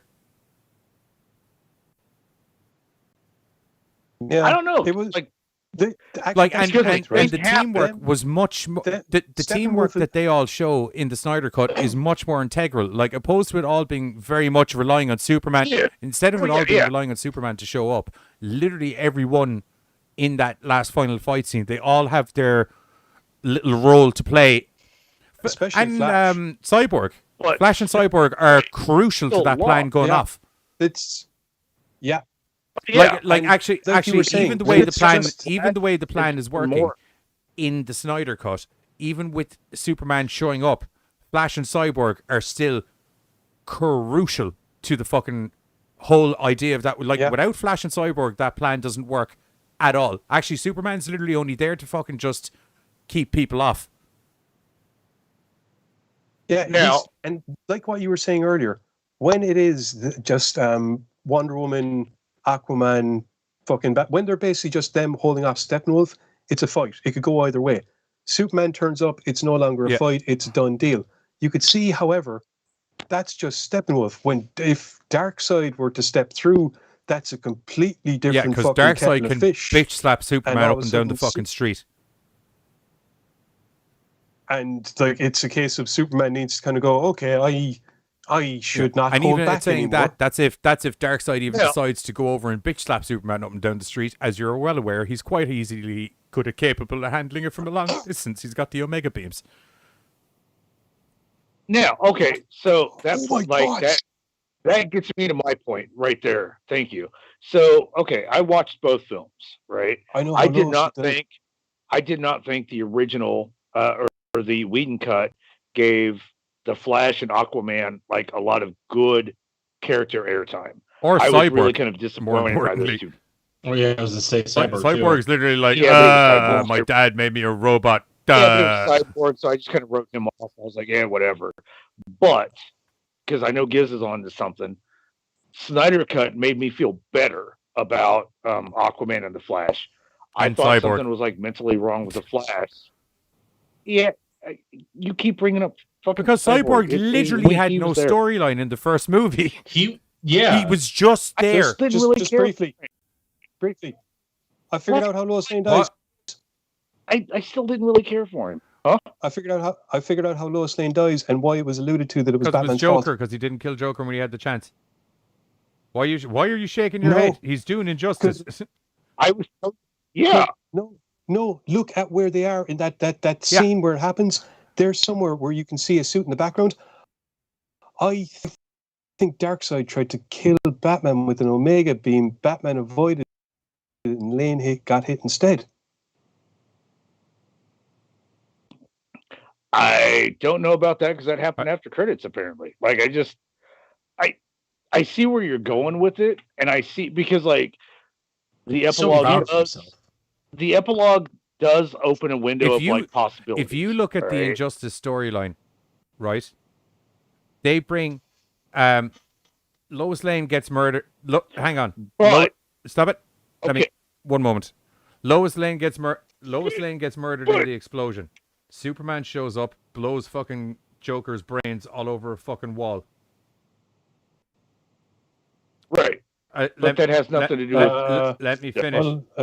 Joker, if you remember, you see, the whole thing will make sense if I can get through the fucking sentence. Joker, if you remember correctly, when they later on into that Injustice storyline, they go and bring the Joker back.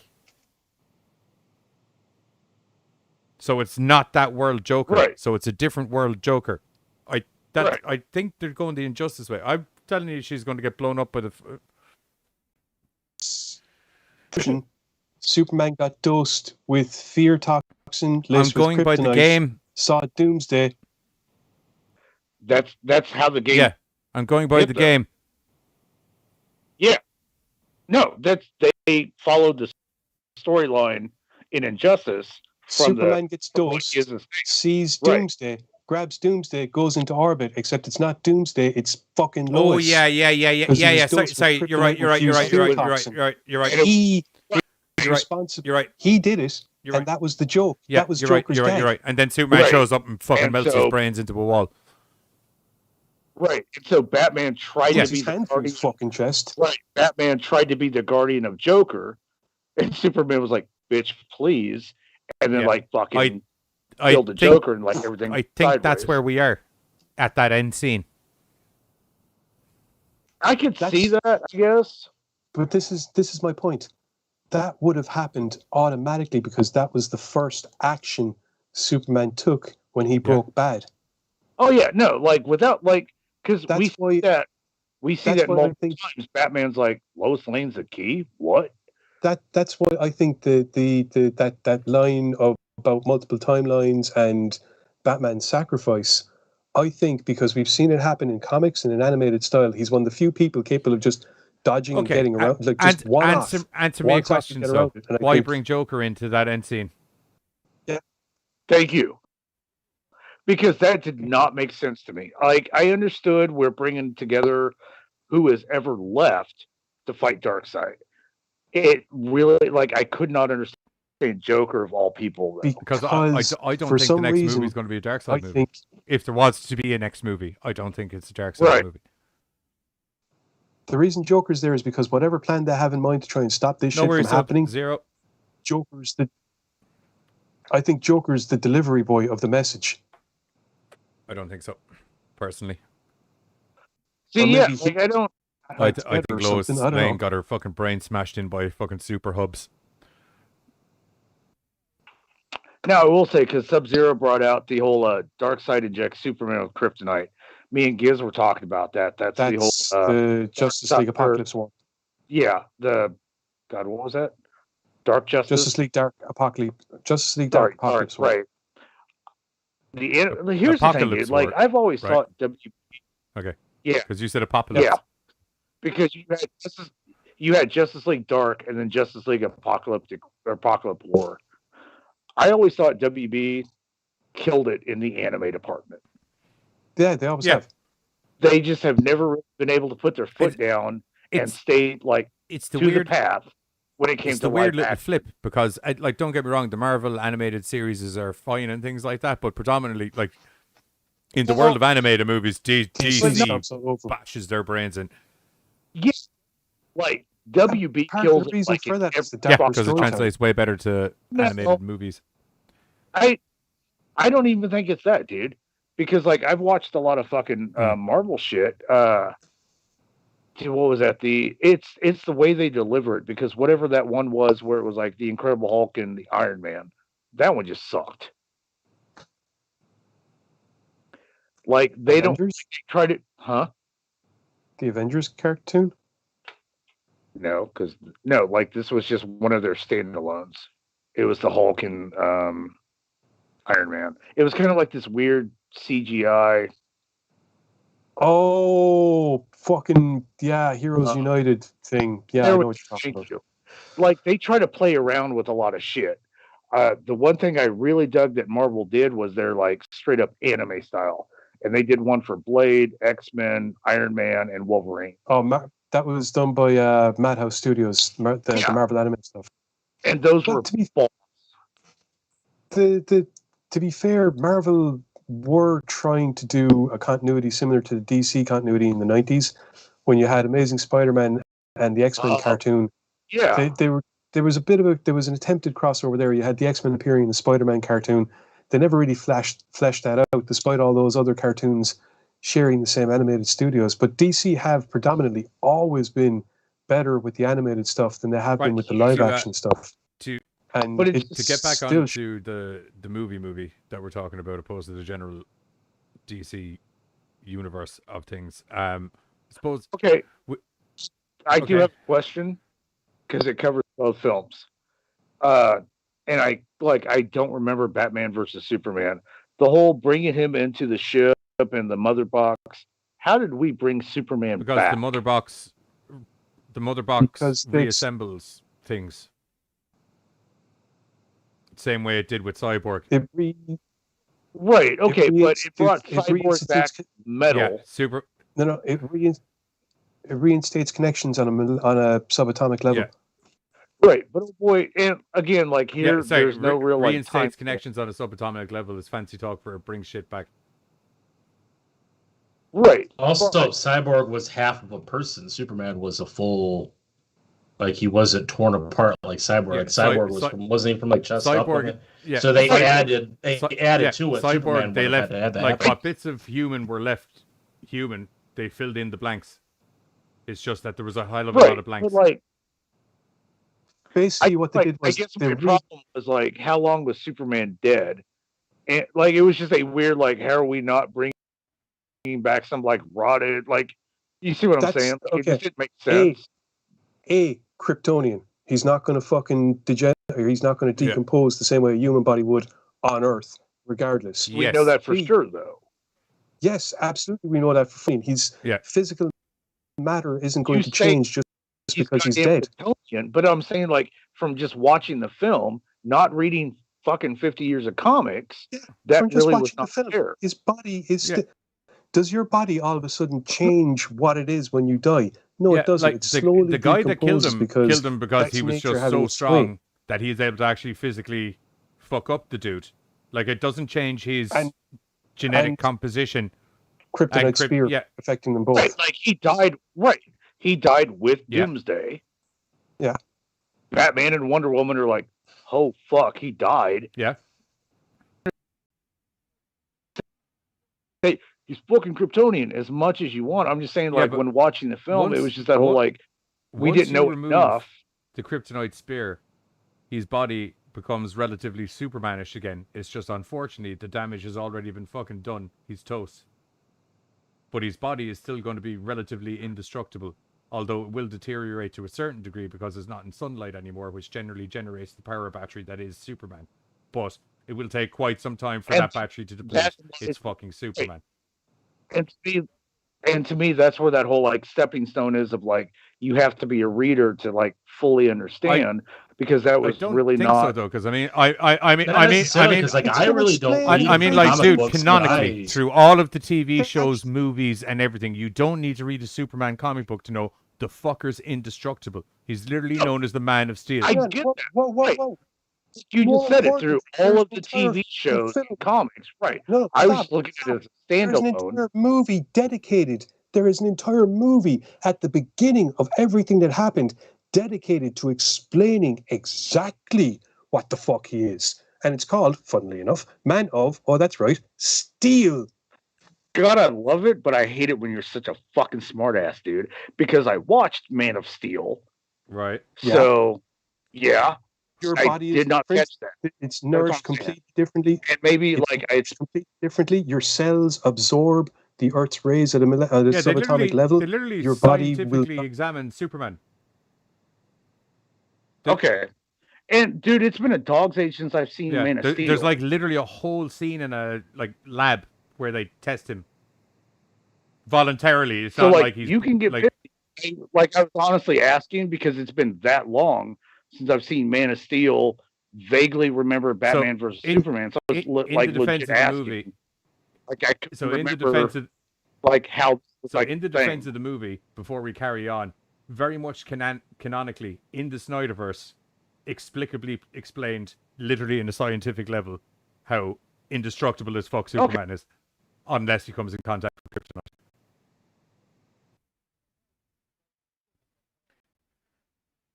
I didn't think about like, oh man, it's been a while, so I should probably I'll just watch Snyder's cut. I honestly did not remember how that happened. That's also the one downside with the kind of whatever, but like the bad pacing of when all of these movies come out. Like that's the thing is like Man of Steel. When the fuck? 16. So no, it was no. I want to say 2014 or. Yeah, you might be right, man. Of Steel was 2013. Yeah, I was gonna say it was a while ago. Well, sorry, like yeah. if you think about it, Man of Steel's 2013. I mean, a lot of those Marvel movies you can have 4 years between. But they also, but the thing is, they also have other movies that like. Yeah, that's what I'm talking about. It's like this pacing thing. Is they have having one movie and then the next one come out. Yeah. To be fair, right? If you look at the way that they were originally laid out, Man of Steel is 2013. Okay. Batman versus Superman is 2016. Suicide Squad was 2016. Wonder Woman 2017. Justice League would have originally, if everything had gone to plan, the first part of Justice League, I imagine, would have been 2017. You would have then had, or maybe you would have had first part of Justice League 2017, and then second part probably a year later in 2018 or something like that. So there would have been a better pacing, like you were saying. It's just, ugh. Yeah, it's just a little bit because like that's just the I don't know if it's just because it seems like, and this was obviously on a bigger aspect than they've done in the past. It just seems like DC, when it comes to the movies, they can't follow through with either because like I don't know how back in the 90s when the Burton Batman came out, I don't know how far they were planning on going with that because it was still early on. Movies. I think there was plans for a few sequels. There was I know there's at least a third because I know Burton was supposed to do the third one, but then they were like, "Ooh, this can't go to children because it's too dark. We can't make our action figures." That's where, if memory serves me correctly, it was movie 1 happened and it went very well, and then there was talks about expanding on. I don't think it was because I remember they were having issues getting Burton back for number 2 initially.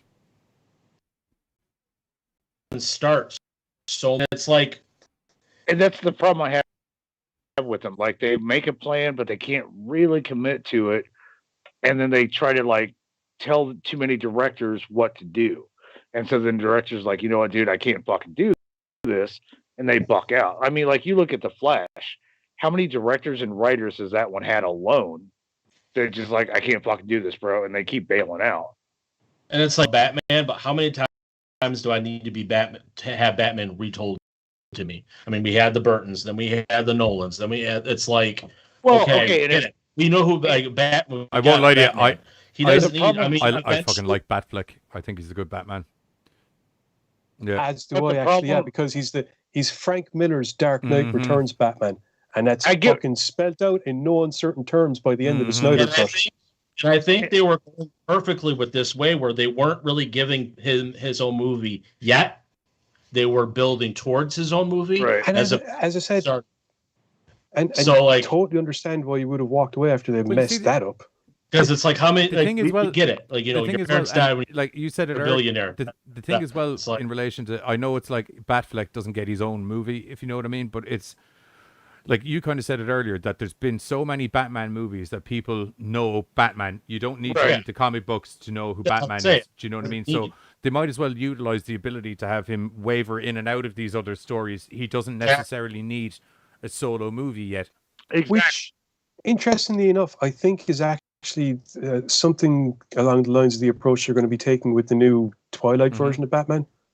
I don't know, man. Like again, but that's what I mean by like, as in, okay, we all know who Batman is, so we're not gonna fixate on his origin story. Instead, we're going to tell a story from we've established. Let's move on now, shall we? Right, and I get that, like, because I was reading something where they're like, hey, if we do a bunch of standalones, we can have Joaquin Phoenix as Joker, we could have Willem Dafoe, like, they make so many plans, but then they can't figure out what direction to go with it.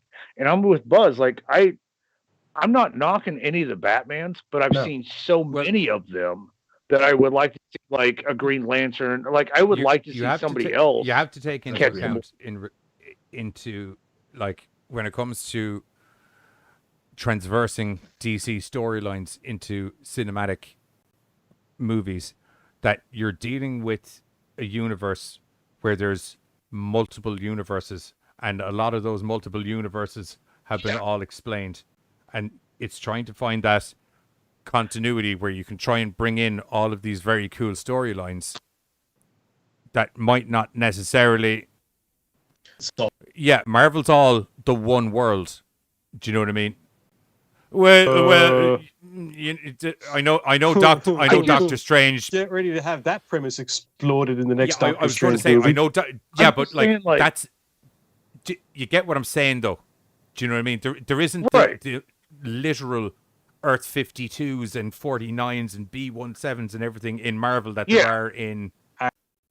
Oh, Jesus Christ! Okay. Earth 616. But what Diddley is saying though makes sense though. DC never came out and said that. He's just trying to drill my fucking brain now. You get, you get what I'm saying. Those little worlds have been done. We're going to do this weird shit over here. Let's see how that goes. Yeah, integral to the storyline of DC. There's multiple fucking universes. Right. Here's the way I see it. Integral to both of them, you have DC core and the Marvel core, both of which have, much like our own reality, an infinite number of alternate realities based on an infinite number of decisions or alterations that could be made to any number of characters or situations. All of those things together means that you have, as the Vulcans say, an infinite possibilities. So you can have whatever stories you want, as long as they all have common link back to the core. What makes the characters the characters? What are the drives? What are the essential archetypes that we work from? The DC multiverses run into each other a lot more than Marvel. Yes. And Spider-Man I would, because as you laid out this beautiful fucking thing of this buffet of possible entertainment, they keep eating from the same fucking plate. No, the problem is they keep taking a bite, and rather than accepting the fact that you need to keep going to enjoy the meal, they fuck off. Anyway, we're okay. Right. Look, we've been on this for quite some time now. Did you expect anything no, less? But the best thing I feel is I don't think we really actually had to worry about. No, because we never talked about the fucking movie. So many different directions. I think we did fantastic. I think we did a fantastic job of not spoiling the movie, to be honest. One thing about the movie I want to say that I really enjoyed, I really liked the score and the soundtrack. Top notch. Tom Wolkenberg did a score. It got thrown away, and he got contacted to redo the score. While I liked the Wonder Woman theme song, I found it a little bit disjarring soundtrack-wise, or sorry, music-wise in the movie. How there was like one running score for like the fight scene until it cut to Wonder Woman, and then it's like the Wonder Woman music plays again. Then it cuts to all of the other people. Like, I mean, there's a load of other people in that fight as well who are all just using this general music that's going on. Then it's back to Wonder Woman. Okay, go on. Just briefly. That music, I actually play it on the show tomorrow night, and the soundtrack is actually a bit different. It doesn't have that exact riff. It's like it, but it's not as predominant. You can tell that it's the Wonder Woman fight, but it's not. Yeah, it's not quite as it flows a bit better. I don't know why they toned it up. I suppose in the film, it's kind of like Wonder Woman's on screen. I just found it very. That riff, I just found the Wonder Woman. It didn't riff. bother me that she kind of had her own theme tune. I just found it disjarring when it was like when you're in a fight scene with all of these superheroes that it was when you're only cutting back to one and the soundtrack changed. It was a little bit weird. It changed for Not Batman really. as well. I didn't really notice there's a chunky, a heavy chunky bass that comes in whenever Batman's fighting. They're staying with the fucking fight music, and a chunkier bass comes in when a guy comes in, and there's a whole different fucking song playing for Wonder Woman. I felt like we were spotlighting her. I'm not gonna lie. The music does change for the different characters as they're fighting, predominantly for Wonder Woman and Batman. No, let's clarify. I will agree predominantly for Wonder instrumental Woman. Arrangements within the realms of the actual fight tune that's going on for everybody else bar Wonder Woman. That's also including the guy they literally brought back from the fucking dead. I kind of felt like everybody got like a drum roll. I got like I her agree own with you. Like, it's a little bit more stringy when fucking Jason Momoa is doing his thing. There's a bit of a chunkier bass going on during Batman. It kind of just speeds up in general for when Barry Allen's doing his stuff. Cyborg, it's just the general kind of music. And then Wonder Woman, who has a completely different fucking song. She got like the whole fucking like she got a whole fucking band. Not a whole band, just a whole different song. Right. Probably most likely the same people, just a whole different song.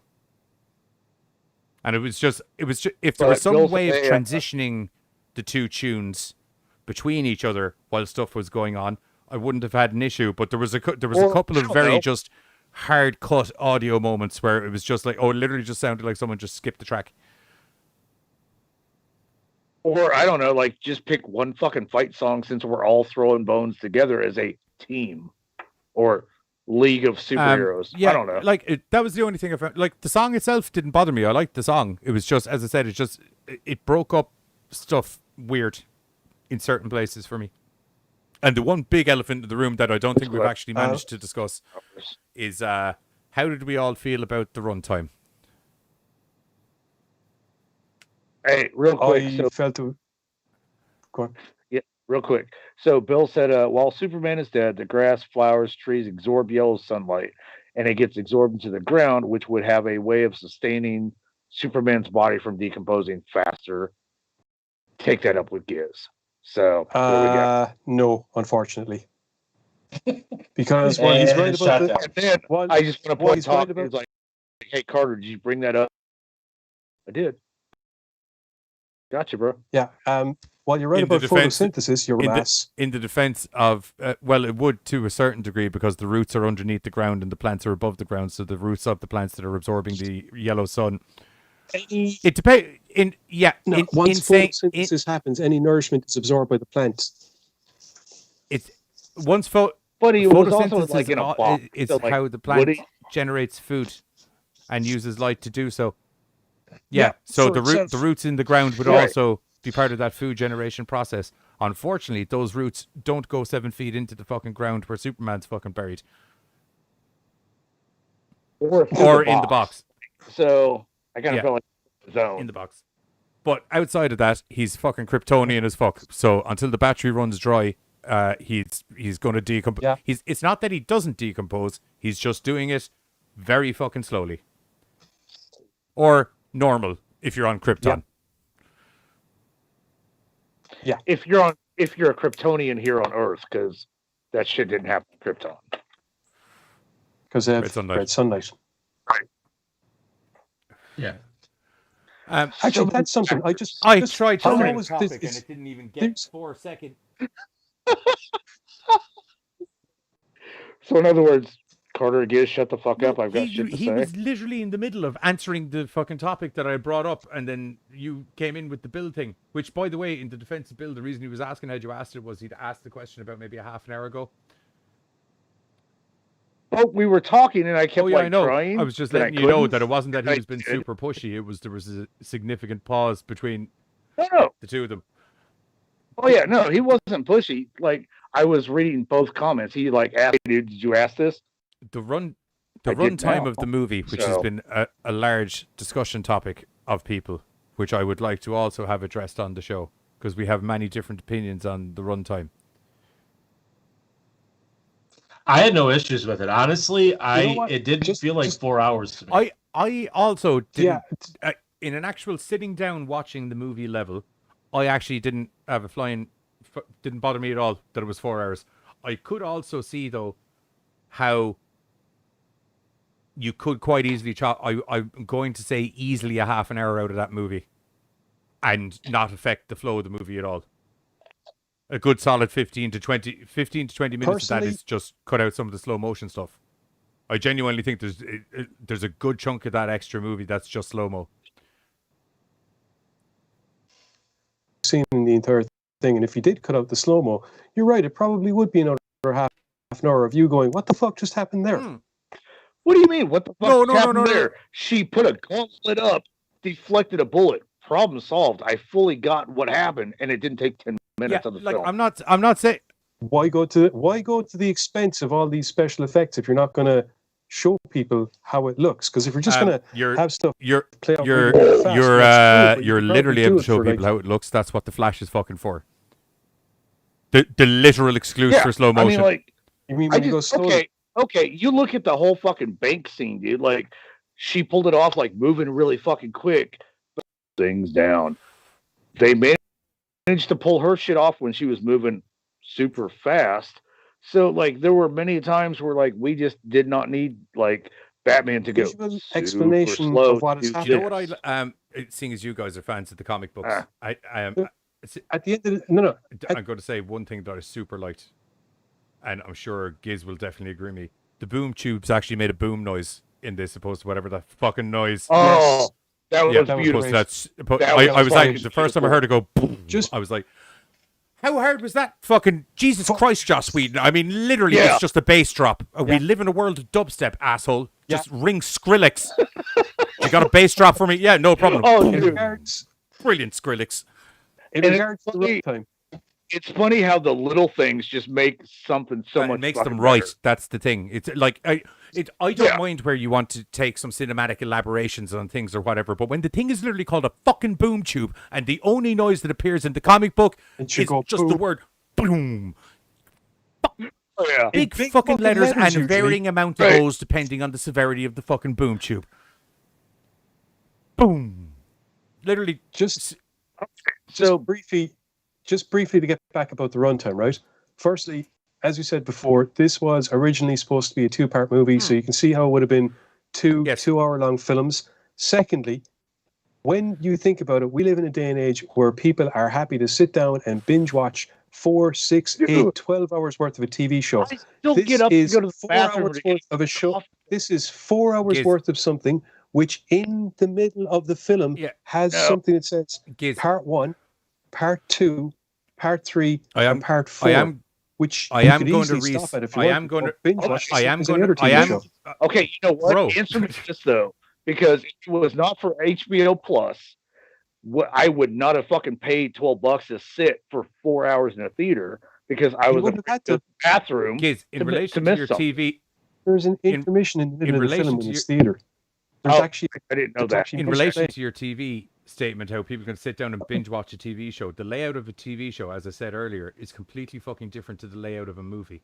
You have conflict resolution, and there's usually an ending to some sort of ending to episodes, unless there are fucking, there's like a mini story within the actual season.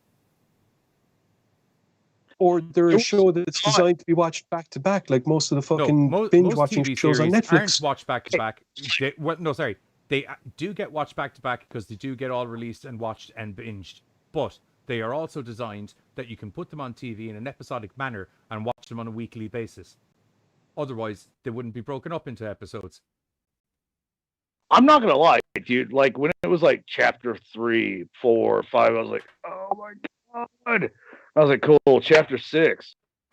I don't know how many chapters there are, but like chapter 6, here we go. My God, are you fucking kidding me right now? Like it just, it just. I won't lie to you, dude. See, I was the exact opposite. I wanted more. I'd watch more of it, and I won't lie to you, dude. One of those times I won't lie to you, watching dude. Man of Steel and Batman vs Superman I first. won't lie to you, man. Like I know it's 4 hours long, but there's plenty of places like storyline where you can take a fucking break. Like I had to do a game stream.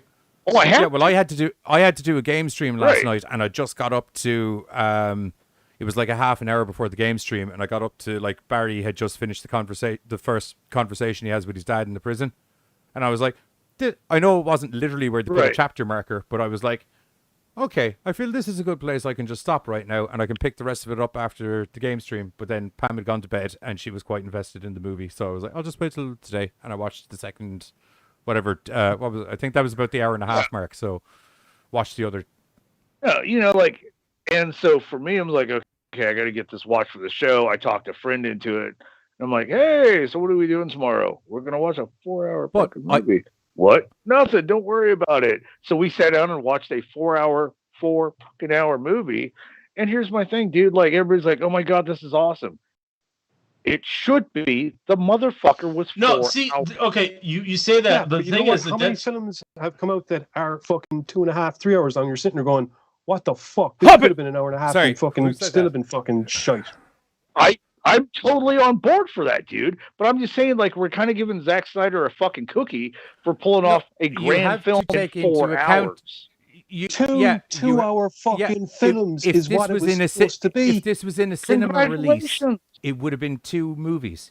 But because it was a Snyder cut and it's basically fucking Warner Brothers and DC going, okay, we fucking fine. You want it? Also, the time frame would almost mean, okay, you had 4 hours. Like it almost would be like you have more time to fuck the movie up as opposed to make the movie as I said better. A second ago, as I said a second ago, the fucking Hobbit is a fine example where they decided to make 3 movies out of one fucking story.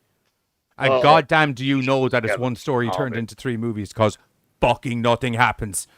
Oh yeah, at all. No, I'm not knocking the Whedon cut.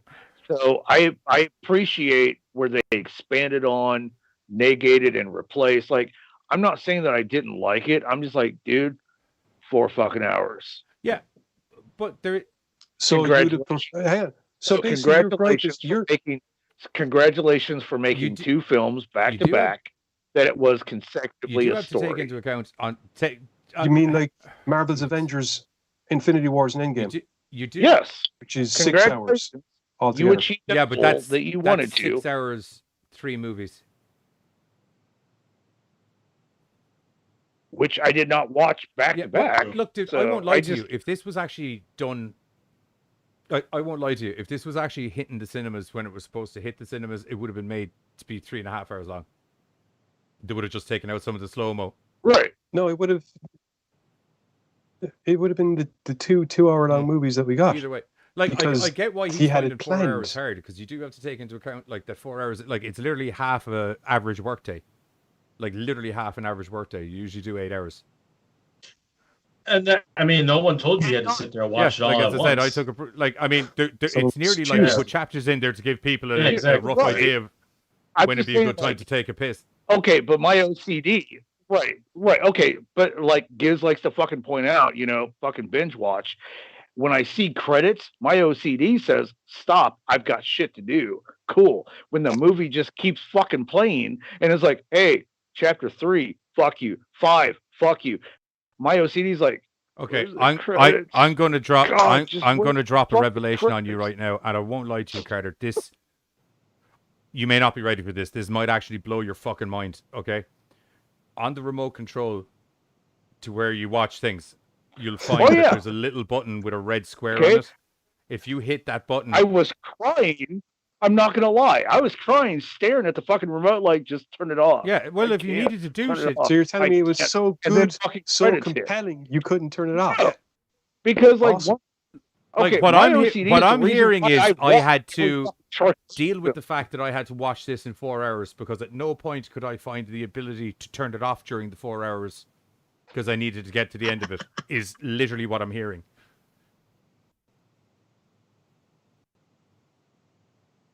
Yeah. I just I have trouble stopping, like, legit, like, I just have trouble stopping shit, dude. You know, I'm just happy Sharknado turned out as awesome as it did, because my OCD says, holy shit, there's a third one. I really didn't like the second one. But then at 3 a.m, I'm watching fucking Sharknado At 3 in the because morning, there's radioactive sharks that are flying around in a radioactive hurricane full of sharks brought from the sea that also turn into electrical sharknadoes depending on the sharks that fucking happen or where the tornado goes. That's some good 3 a.m. watching. Anyway, we're going to... What is the same issue I have where it's like chapter 4? God, I really... We're going to start rounding up now, because in Snyder time, we are on chapter 5. So... So we're just giving people a peek of what they're about to fucking do for 4 hours. Except I won't. Have a You're about to have goddamn good time. if you enjoy like, hit a pause button apparently. If you enjoy DC movies, or sorry, if you enjoy DC content and have been kicking yourself in the ass, going, why can't they just get one DC fucking movie somewhat fucking right, to the point that I'm just like, that pretty much covered all of the bases that that part of the storyline should cover. Welcome to fucking Zack Snyder's Justice League, kids, because they finally did it. They got one right. It's long, but it was because it was supposed to be 2 movies. I also understand that it's technically half a workday. I can see how both sides of the fence are seeing this thing. But as someone who's locked in a fucking house at the moment, not unlike a lot of other people who are locked in their houses at the moment with shit all to fucking do, I found 4 hours nicely filled by this, albeit in two normal sized movie increments, because I do actually sometimes have shit to do, which was play video games. In defense, like, you just pointed out that there was an intermission. I didn't know that, because I've not really looked into the theatric release. I was just looking at I bought a ticket. When do I go to the bathroom? I just knew I could not do a theatrical release unless it was. There was actually a song Tom Holkenberg did specifically to be played during the intermission. It's 10 or 12 minutes long or something. That's actually pretty fucking cool. Then I'm good, ish. He loves it now. Yeah, because it's do you know the way everybody liked that Grindhouse thing that Tarantino and Robert Rodriguez does, where they essentially got 2 movies and put them together as one movie? It's kind of like that, but without a load of funny adverts. Okay, I'm totally on board then. Okay, cool. I'm glad that only took 2.5 hours to get you around. Jesus. I only took half of the Snyder cut to figure that out. We're like Carter's wife. We're like myself and Buzz and Giz were like the wives of the episode today, where we just chipped away. We took his argument and we just chipped away, just kept chipping, chippity chip chip chipperoo, until eventually he's like, okay, hun, 4 hours is a perfectly acceptable time for the movie. I will totally give Snyder a pat on the back. Well done. Go you for a 4-hour fucking... Well done, Cookie Boy. I do agree with you when everyone was going on about how they fully fleshed out the characters so much more. Everything's so much more fleshed out and everyone's got a role now. Yeah, you have 4 hours. If you can't flesh some characters out in 4 hours, man, you've got a fucking problem. Yes, but he did have... Yes, The Hobbit, where they literally just walk it. Dude, I know Lord of the Rings. Sorry, we're gonna go... So fucking, if we're doing tangents, okay. Lord of the Rings, I accept that there's... if any of you have ever seen Clerks 2... I'll grab my copy of the book now to show how thick if anyone's of a ever story seen it your is, man's synopsis when they're having the what's better, Star Wars or Lord of the Rings, I literally can't be arsed. Just stay in your chair. I love when your man's doing the thing about Lord of the Rings. He's like, Lord of the Rings 1, I'm walking through a field. Lord of the Rings 2, I'm walking through a field. Lord of the Rings 3. Yep. I was like, fucking A, bro. I was like, yes! Nailed it. And The Hobbit is so much fucking worse. It's not even funny. Oh, I've got hairy feet and I'm walking through a field. I'm fucking still walking through a field. Yep. Oh, I'm having many different types of tea and lunches. Oh, look, dragon. It's a dragon. End of the book. Oh, what's this ring? I think I've seen that one before. I know, yeah. Right? Yeah. Bad. This at least had shit going on all the way through. And I won't lie to you, man. Cyborg's such a fucking cool character, and he got such a bad doing in the Joss Whedon cut that I was so happy to see him get his proper... I probably would say he was probably my favorite character. That's because in the movie. unofficially he was kind of the star of the movie, if you really think about it. Like he was. I don't know. I like not as much. So he was my least favorite character. He's supposed to be annoying Barry Allen at the moment, though. If you think about the way the storylines are, like he matures as time. He's like he hasn't even started working for the police department yet. Okay, you know what? And like that's kind of interesting because the person I was watching was like, dude, that's not Barry Allen. I'm like, okay, but this is like the introduction to all of these people. Like, he's not the well-known Flash. This is like some dude that's not even a part of the crime unit in the police department yet. Yeah, the whole idea is that this, like she's never named, but that scene where he's in the dog thing and all that, that's Iris West. 100%. I wasn't for sure, but I wondered about that actually. Like I said, there's a lot of things that are dropped in this film. It's not said, but if you even look at the way they talk to each other, that kind of natural banter that they have, that's Iris and Barry. I sound like such a big fucking... Look, I watched the TV show and everything. I'm invested in their relationship and I love it. Well, I will say I think I said before we did... What did bug me a wee bit, I actually prefer Fast Flash in the TV show. Yeah. Like I felt the way that they do his speed. Yeah, I feel like he feels faster in the TV show than he does in the movie. Yeah. He kind of broke the speed of light. I know, and in Barry the Allen movie. reversed fucking time in the TV show. It's just the way they did. There was a bit too much of him in slow motion, and not enough of him zipping about. If you know what I mean. Right. That's because they have more of a concentration on him manipulating the Speed Force as opposed to him using the Speed Force to move faster in the TV series. I get that. He even says it. He even says at one point. I get that, but I would also like to see some actual just zippity-doo stuff. Getting back to what I was trying to say a while ago, because I don't know if I said there's a lot of stuff that's not named or properly mentioned, but you can you could see where other movies. Yeah, you could also tell that it's where it's going to crop up in another movie somewhere. I'm fully convinced that the girl who asked, says Diana at the start, I'm fully convinced that's going to turn out to be, or supposed to turn out to be Donna Troy or something. So, and there's one or two other small things as well that I think are sewn throughout the movie, not just the big ones that we can point to and go, oh, they're definitely going to do this, but more subtle stuff where it's kind of like, I wonder. And I wondered about that because, like I said, with the whole the car wreck and the Iris West, I wondered. But then, there's so many things going on. You've got the comic book, the live action TV show, the comic. Sometimes I just don't know if I'm just kind of reading too much into it, or if that actually is kind of a nod. Well, just remember that even the TV series, it's always going to be drawing from that base material. So regardless of what you're seeing, there should always be a link to the base material from that. It allows to make inferences. Zack Snyder stuff tries to stay as close to comic book canon as it humanly can, and the TV series for the most part, right? And the TV series for the most part also tries to stick relatively close to canon, depending on it. Look, for something that's broken down into weekly episodic things, it does quite a good job at doing what are relatively integral storylines that are directly out of the universe. Dude, The Flash is one of my favorite weekly shows.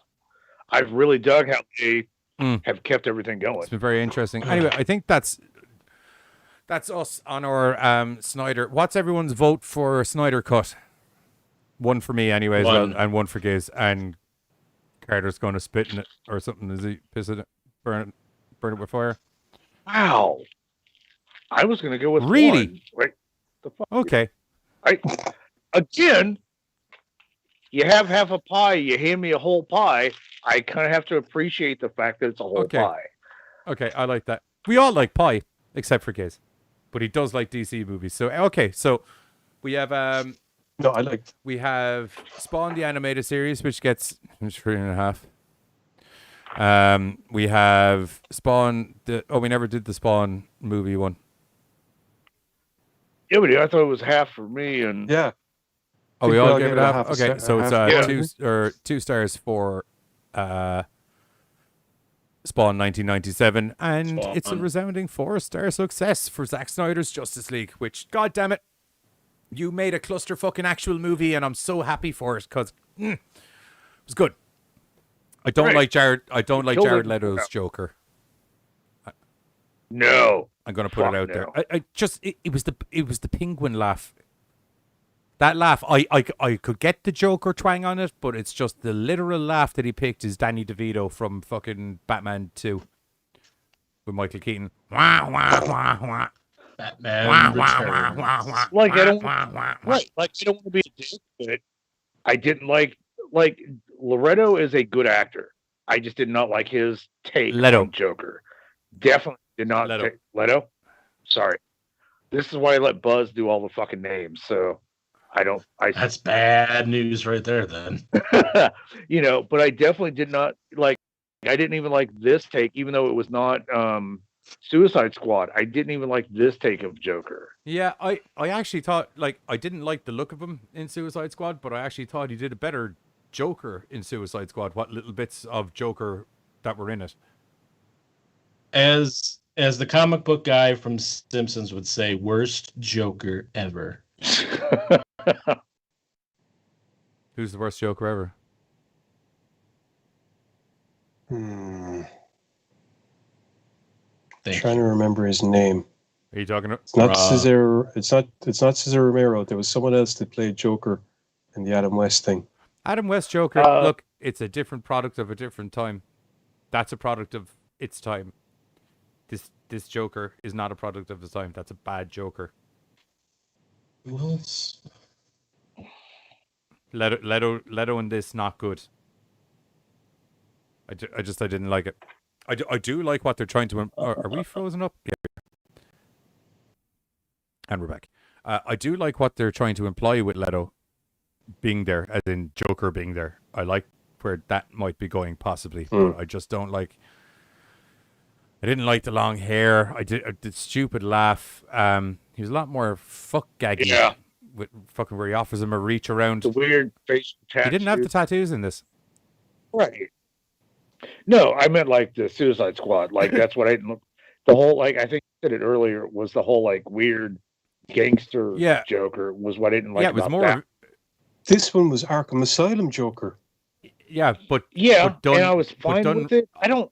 Not the computer. No, not the computer game. The Arkham. There's a graphic. Okay. Called Arkham Asylum, and that version of Joker. Whatever way he played the Joker, I don't give a flying fuck what rendition of the Joker it was. The way he played Joker in this particular clip, and possibly the way he played Joker in any clip, I didn't like. It didn't feel. It felt very. Here's the thing. It felt very forced to me. Now, I don't know, is it a kind of he's one of those method actors and he took a lot of time getting into Joker, and maybe for those bits of reshoots and stuff, it was hard to get back into the frame of mind, especially after all the flack that you got or something, or you tried to go a different direction because you got so much flack about it. Supposedly that was the problem the cast had. Like he got way into character and it bothered the rest of them. So having him just like throw the shit on for a quick Tuesday shoot, maybe he was not able to get back to the best into of my that. knowledge, You're you right. couldn't get him and Affleck together to shoot stuff. It was done via green screen. They're not actually together. Oh, yeah. No shit. Okay. If memory served me correct. I can't remember. I was doing a bit of research before I got on, so I can't exactly remember what thing I was reading or listening to. No, I can't quote my sources, but if memory serves me correctly, there was a mention of you couldn't get the two of them together, so it was done. They're not actually in shots together on that particular ending. Anyway, 4 stars for Zack Snyder's Justice Cut. We're going to hit you with the trailer for it in 4x3, and we're going to be back to you just to say our goodbyes and let you know what's coming up for the rest of the week. Now I've heard there was a secret chord that David played, and it pleased the Lord. But you don't really care for music, do you? It goes like this: the fourth, the fifth, the minor fall, the major lift, the baffled king composing hallelujah.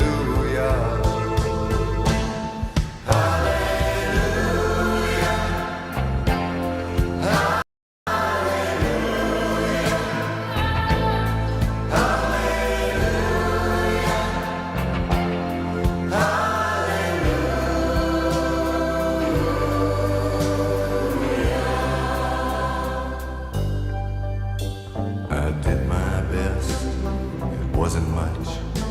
I couldn't feel, so I tried to touch. I've told the truth, I didn't come to fool you.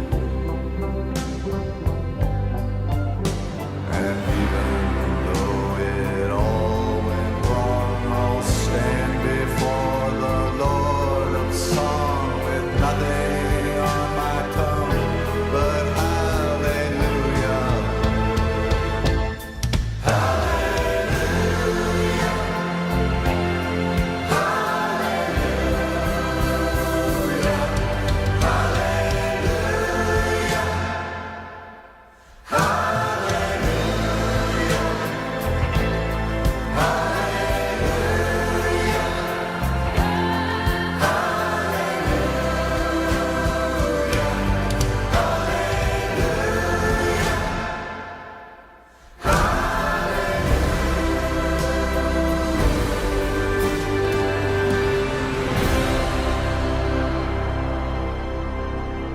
Guy's probably fought hundreds of thousands of other super beings on the other planets he's destroyed, right? And we have to assume he's won. I don't care how many demons he's fought and how many hells. He's never fought us. Not us united.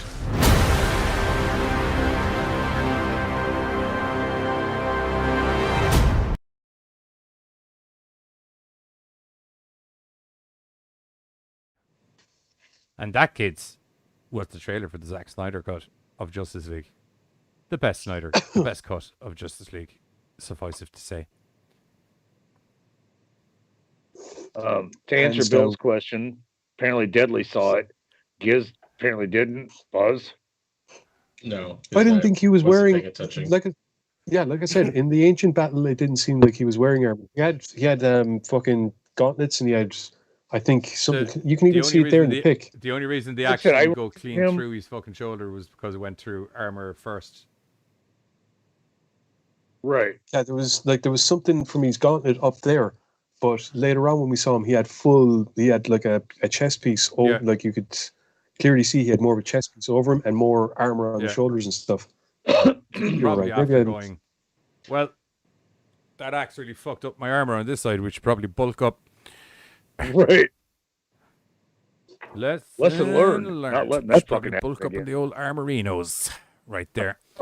Anyway, that was a review of a whole lot of comic book related horror-y guys in related to the world of Spawn, and not so horror as a genre in relation to Justice League. But there's a door to some very, very horrific shit possibly opened. That God damn it, I hope they're kind of like, okay, people really enjoyed this. Maybe we should continue on down this track. Or they should probably stop making movies for themselves. Or maybe they, movies hopefully Warner Brothers, instead of just copyright flagging our videos every time we run one of your fucking trailers, might actually listen to what's in the fucking podcast occasionally and just be like, the guy's got a 10-year plan. Let him do the 10-year plan.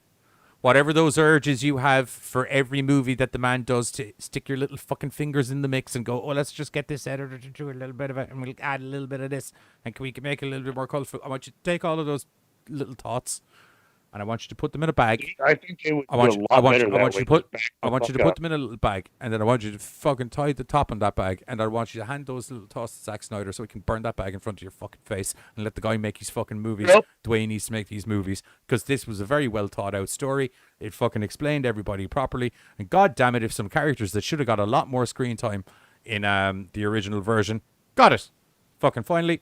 Should be like, instead of making movies for yourselves, actually let them make movies for the people that are going to watch the fucking movies. Yep. And we'll be all fine. But they're not. The yeah. problem is, I fully support that. The problem is they're not even making movies for themselves. They're making movies for money. Yeah. Do you know what I mean? Yeah. You'll find if you truly. Which way is kind of what I meant. You'll find if you truly put the effort into the project instead of just trying to knock it out for the cheapest fucking buck you can get. You'll find a financial return for the most part, unless you were completely off the bat, Joss Whedon. Although, as we've already discussed, not Joss Whedon's fault. Joss Whedon came in and did exactly what Joss Whedon was supposed to do. It just does not go well with what the source material is. Anyway, that's it for this Thursday edition of the group chat. As per usual, Giz and I will be back over the weekend, where we're going to be talking about we're going to have some horror movies for you, and they're going to be about some killers that you may not have heard of before, or possibly heard of. Well, one of them will be, and the other two movies are just kind of good movies. So we're going to be back Sunday, and also over in American Horrors, 8:30 p.m. CST, whatever the equates to is GMTs. There's going to be us also talking about some crazy fucking horror movie killers that you probably haven't heard of, because they're in movies that you probably haven't heard of. So that's going to be that. Buzz and Carter are back this Tuesday, where they're going to be doing Dawn of the Dead, which is going to be a zombie-rific time, which you definitely have heard of. And we will figure out the Thursday episode by Tuesday. Is the easiest before Tuesday, because we haven't really discussed it. Come to think of it. No. You got a couple of minutes before all of the stream-related things are finished, because we have a trailer to run and things of that nature. So if you have any ideas for an episode for next Thursday, if anyone's got a pickle they want tickled, drop it in the chat and we'll see if any of them are doable. It might be good. Bill, I'm looking at you specifically. Dear. He always answers. Do you know? That's true. That's true. Plus, I think he's the only one here besides us, because there's not that many people watching right now. Yeah. Well, that's because we said goodbye a couple of minutes ago. Anyway, that's it from myself, Buzz Carter, and the Giz. Will catch you all over the Clown-nado.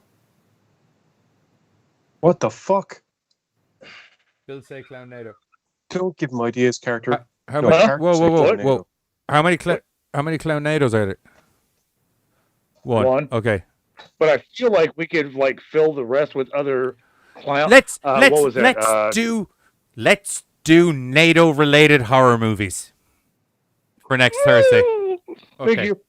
Thank you. We're doing a Sharknado. We're doing a Clown-nado, and we'll find another NATO to fit in there. Life is. I might throw up. Life is. I'm glad you said it first. Kids, life is be here next Thursday and be welcome to NATO Fest 2021. NATO, just to clarify, not NATO. Oh, thank you, Bill. So it's not just me. The audience has also said. So. Oh, bullshit! You said it. No, I visibly see Bill. You're saying it because it's pissing Giz and me off. No. Well, okay, I can't help what Bill does. Him? I can't help what Bill does. God damn it. Hey, they could be fun. Look, at least the Sharknado is going to be fun. I can guarantee Sharknado is going to be. It's not going to be good. It's not. I didn't say good. I said it's going to be fun. Not good. And I can guarantee Clown-nado is just as good as Sharknado. I feel like I just got kicked in the balls. Yeah, I don't think we're going to do Sharknado 1. I really want to do the one where it has the the Sharknadoes pick up different abilities depending on where they go through. I think it's the final one. Do you remember where like one goes through a nuclear power plant and it ends up becoming a nuclear Sharknado, and one goes through an electrical supply plant and it becomes an electrical Sharknado? Oh God! You're gonna need a tighter string than that, Giz, because you got a big fucking head. You're watching Sharknado. Sharknado 6. Yeah, it's about time. Yep. The last Sharknado. Yep. We're doing Sharknado. We're doing Sharknado. We're doing a Sharknado, and we're doing a Clownnado, and we're doing I'll find another NATO related movie. But I am fucking needless to say, I am very excited about next Thursday's episode, as you've probably gathered. Anyway, for myself, a very happy Carter, a disappointed Giz, and what only looks like the only word I can think of is a downtrodden Buzz. Join us all next week. We're going to be talking about some other sort of mad horror bollocks, and don't forget to go over to American Horrors this Sunday. GoreCast out.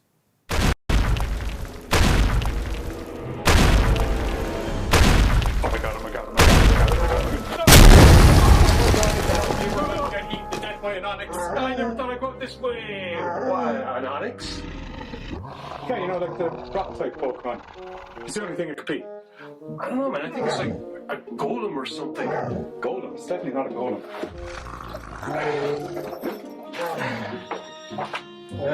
Astronaut, maybe? No. I think it's a gargoyle. It's definitely not a gargoyle. Gargoyles have wings. True. Well, not all.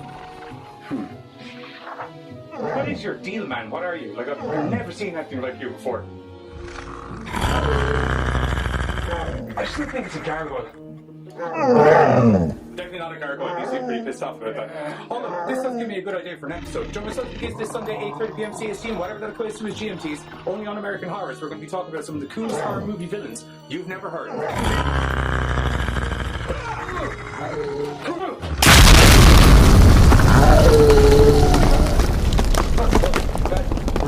Quicker than I thought it would. It was a lot more effective than I was expecting. Yeah, pint? Yeah, okay. Maybe just a little pint. You can't have just a little pint. It's either a pint or it's not. This is true.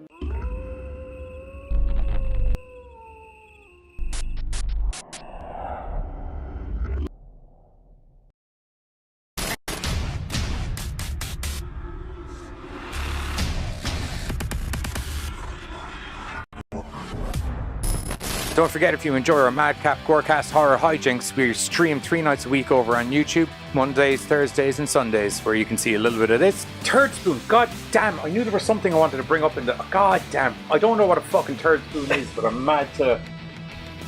Get it pretty in depth. Most definitely some of this. With a new 2009 twist. She pulls out of her vagina. I'll give it to her though, because like, you know how like magicians kind of like do something and they pause dramatically? She took that dramatic pause. And occasionally some of this. Our favorite Halloween movies. What's up, GoreCasters? Welcome back here to the GoreCast. Yeah, okay, I'm here. I'm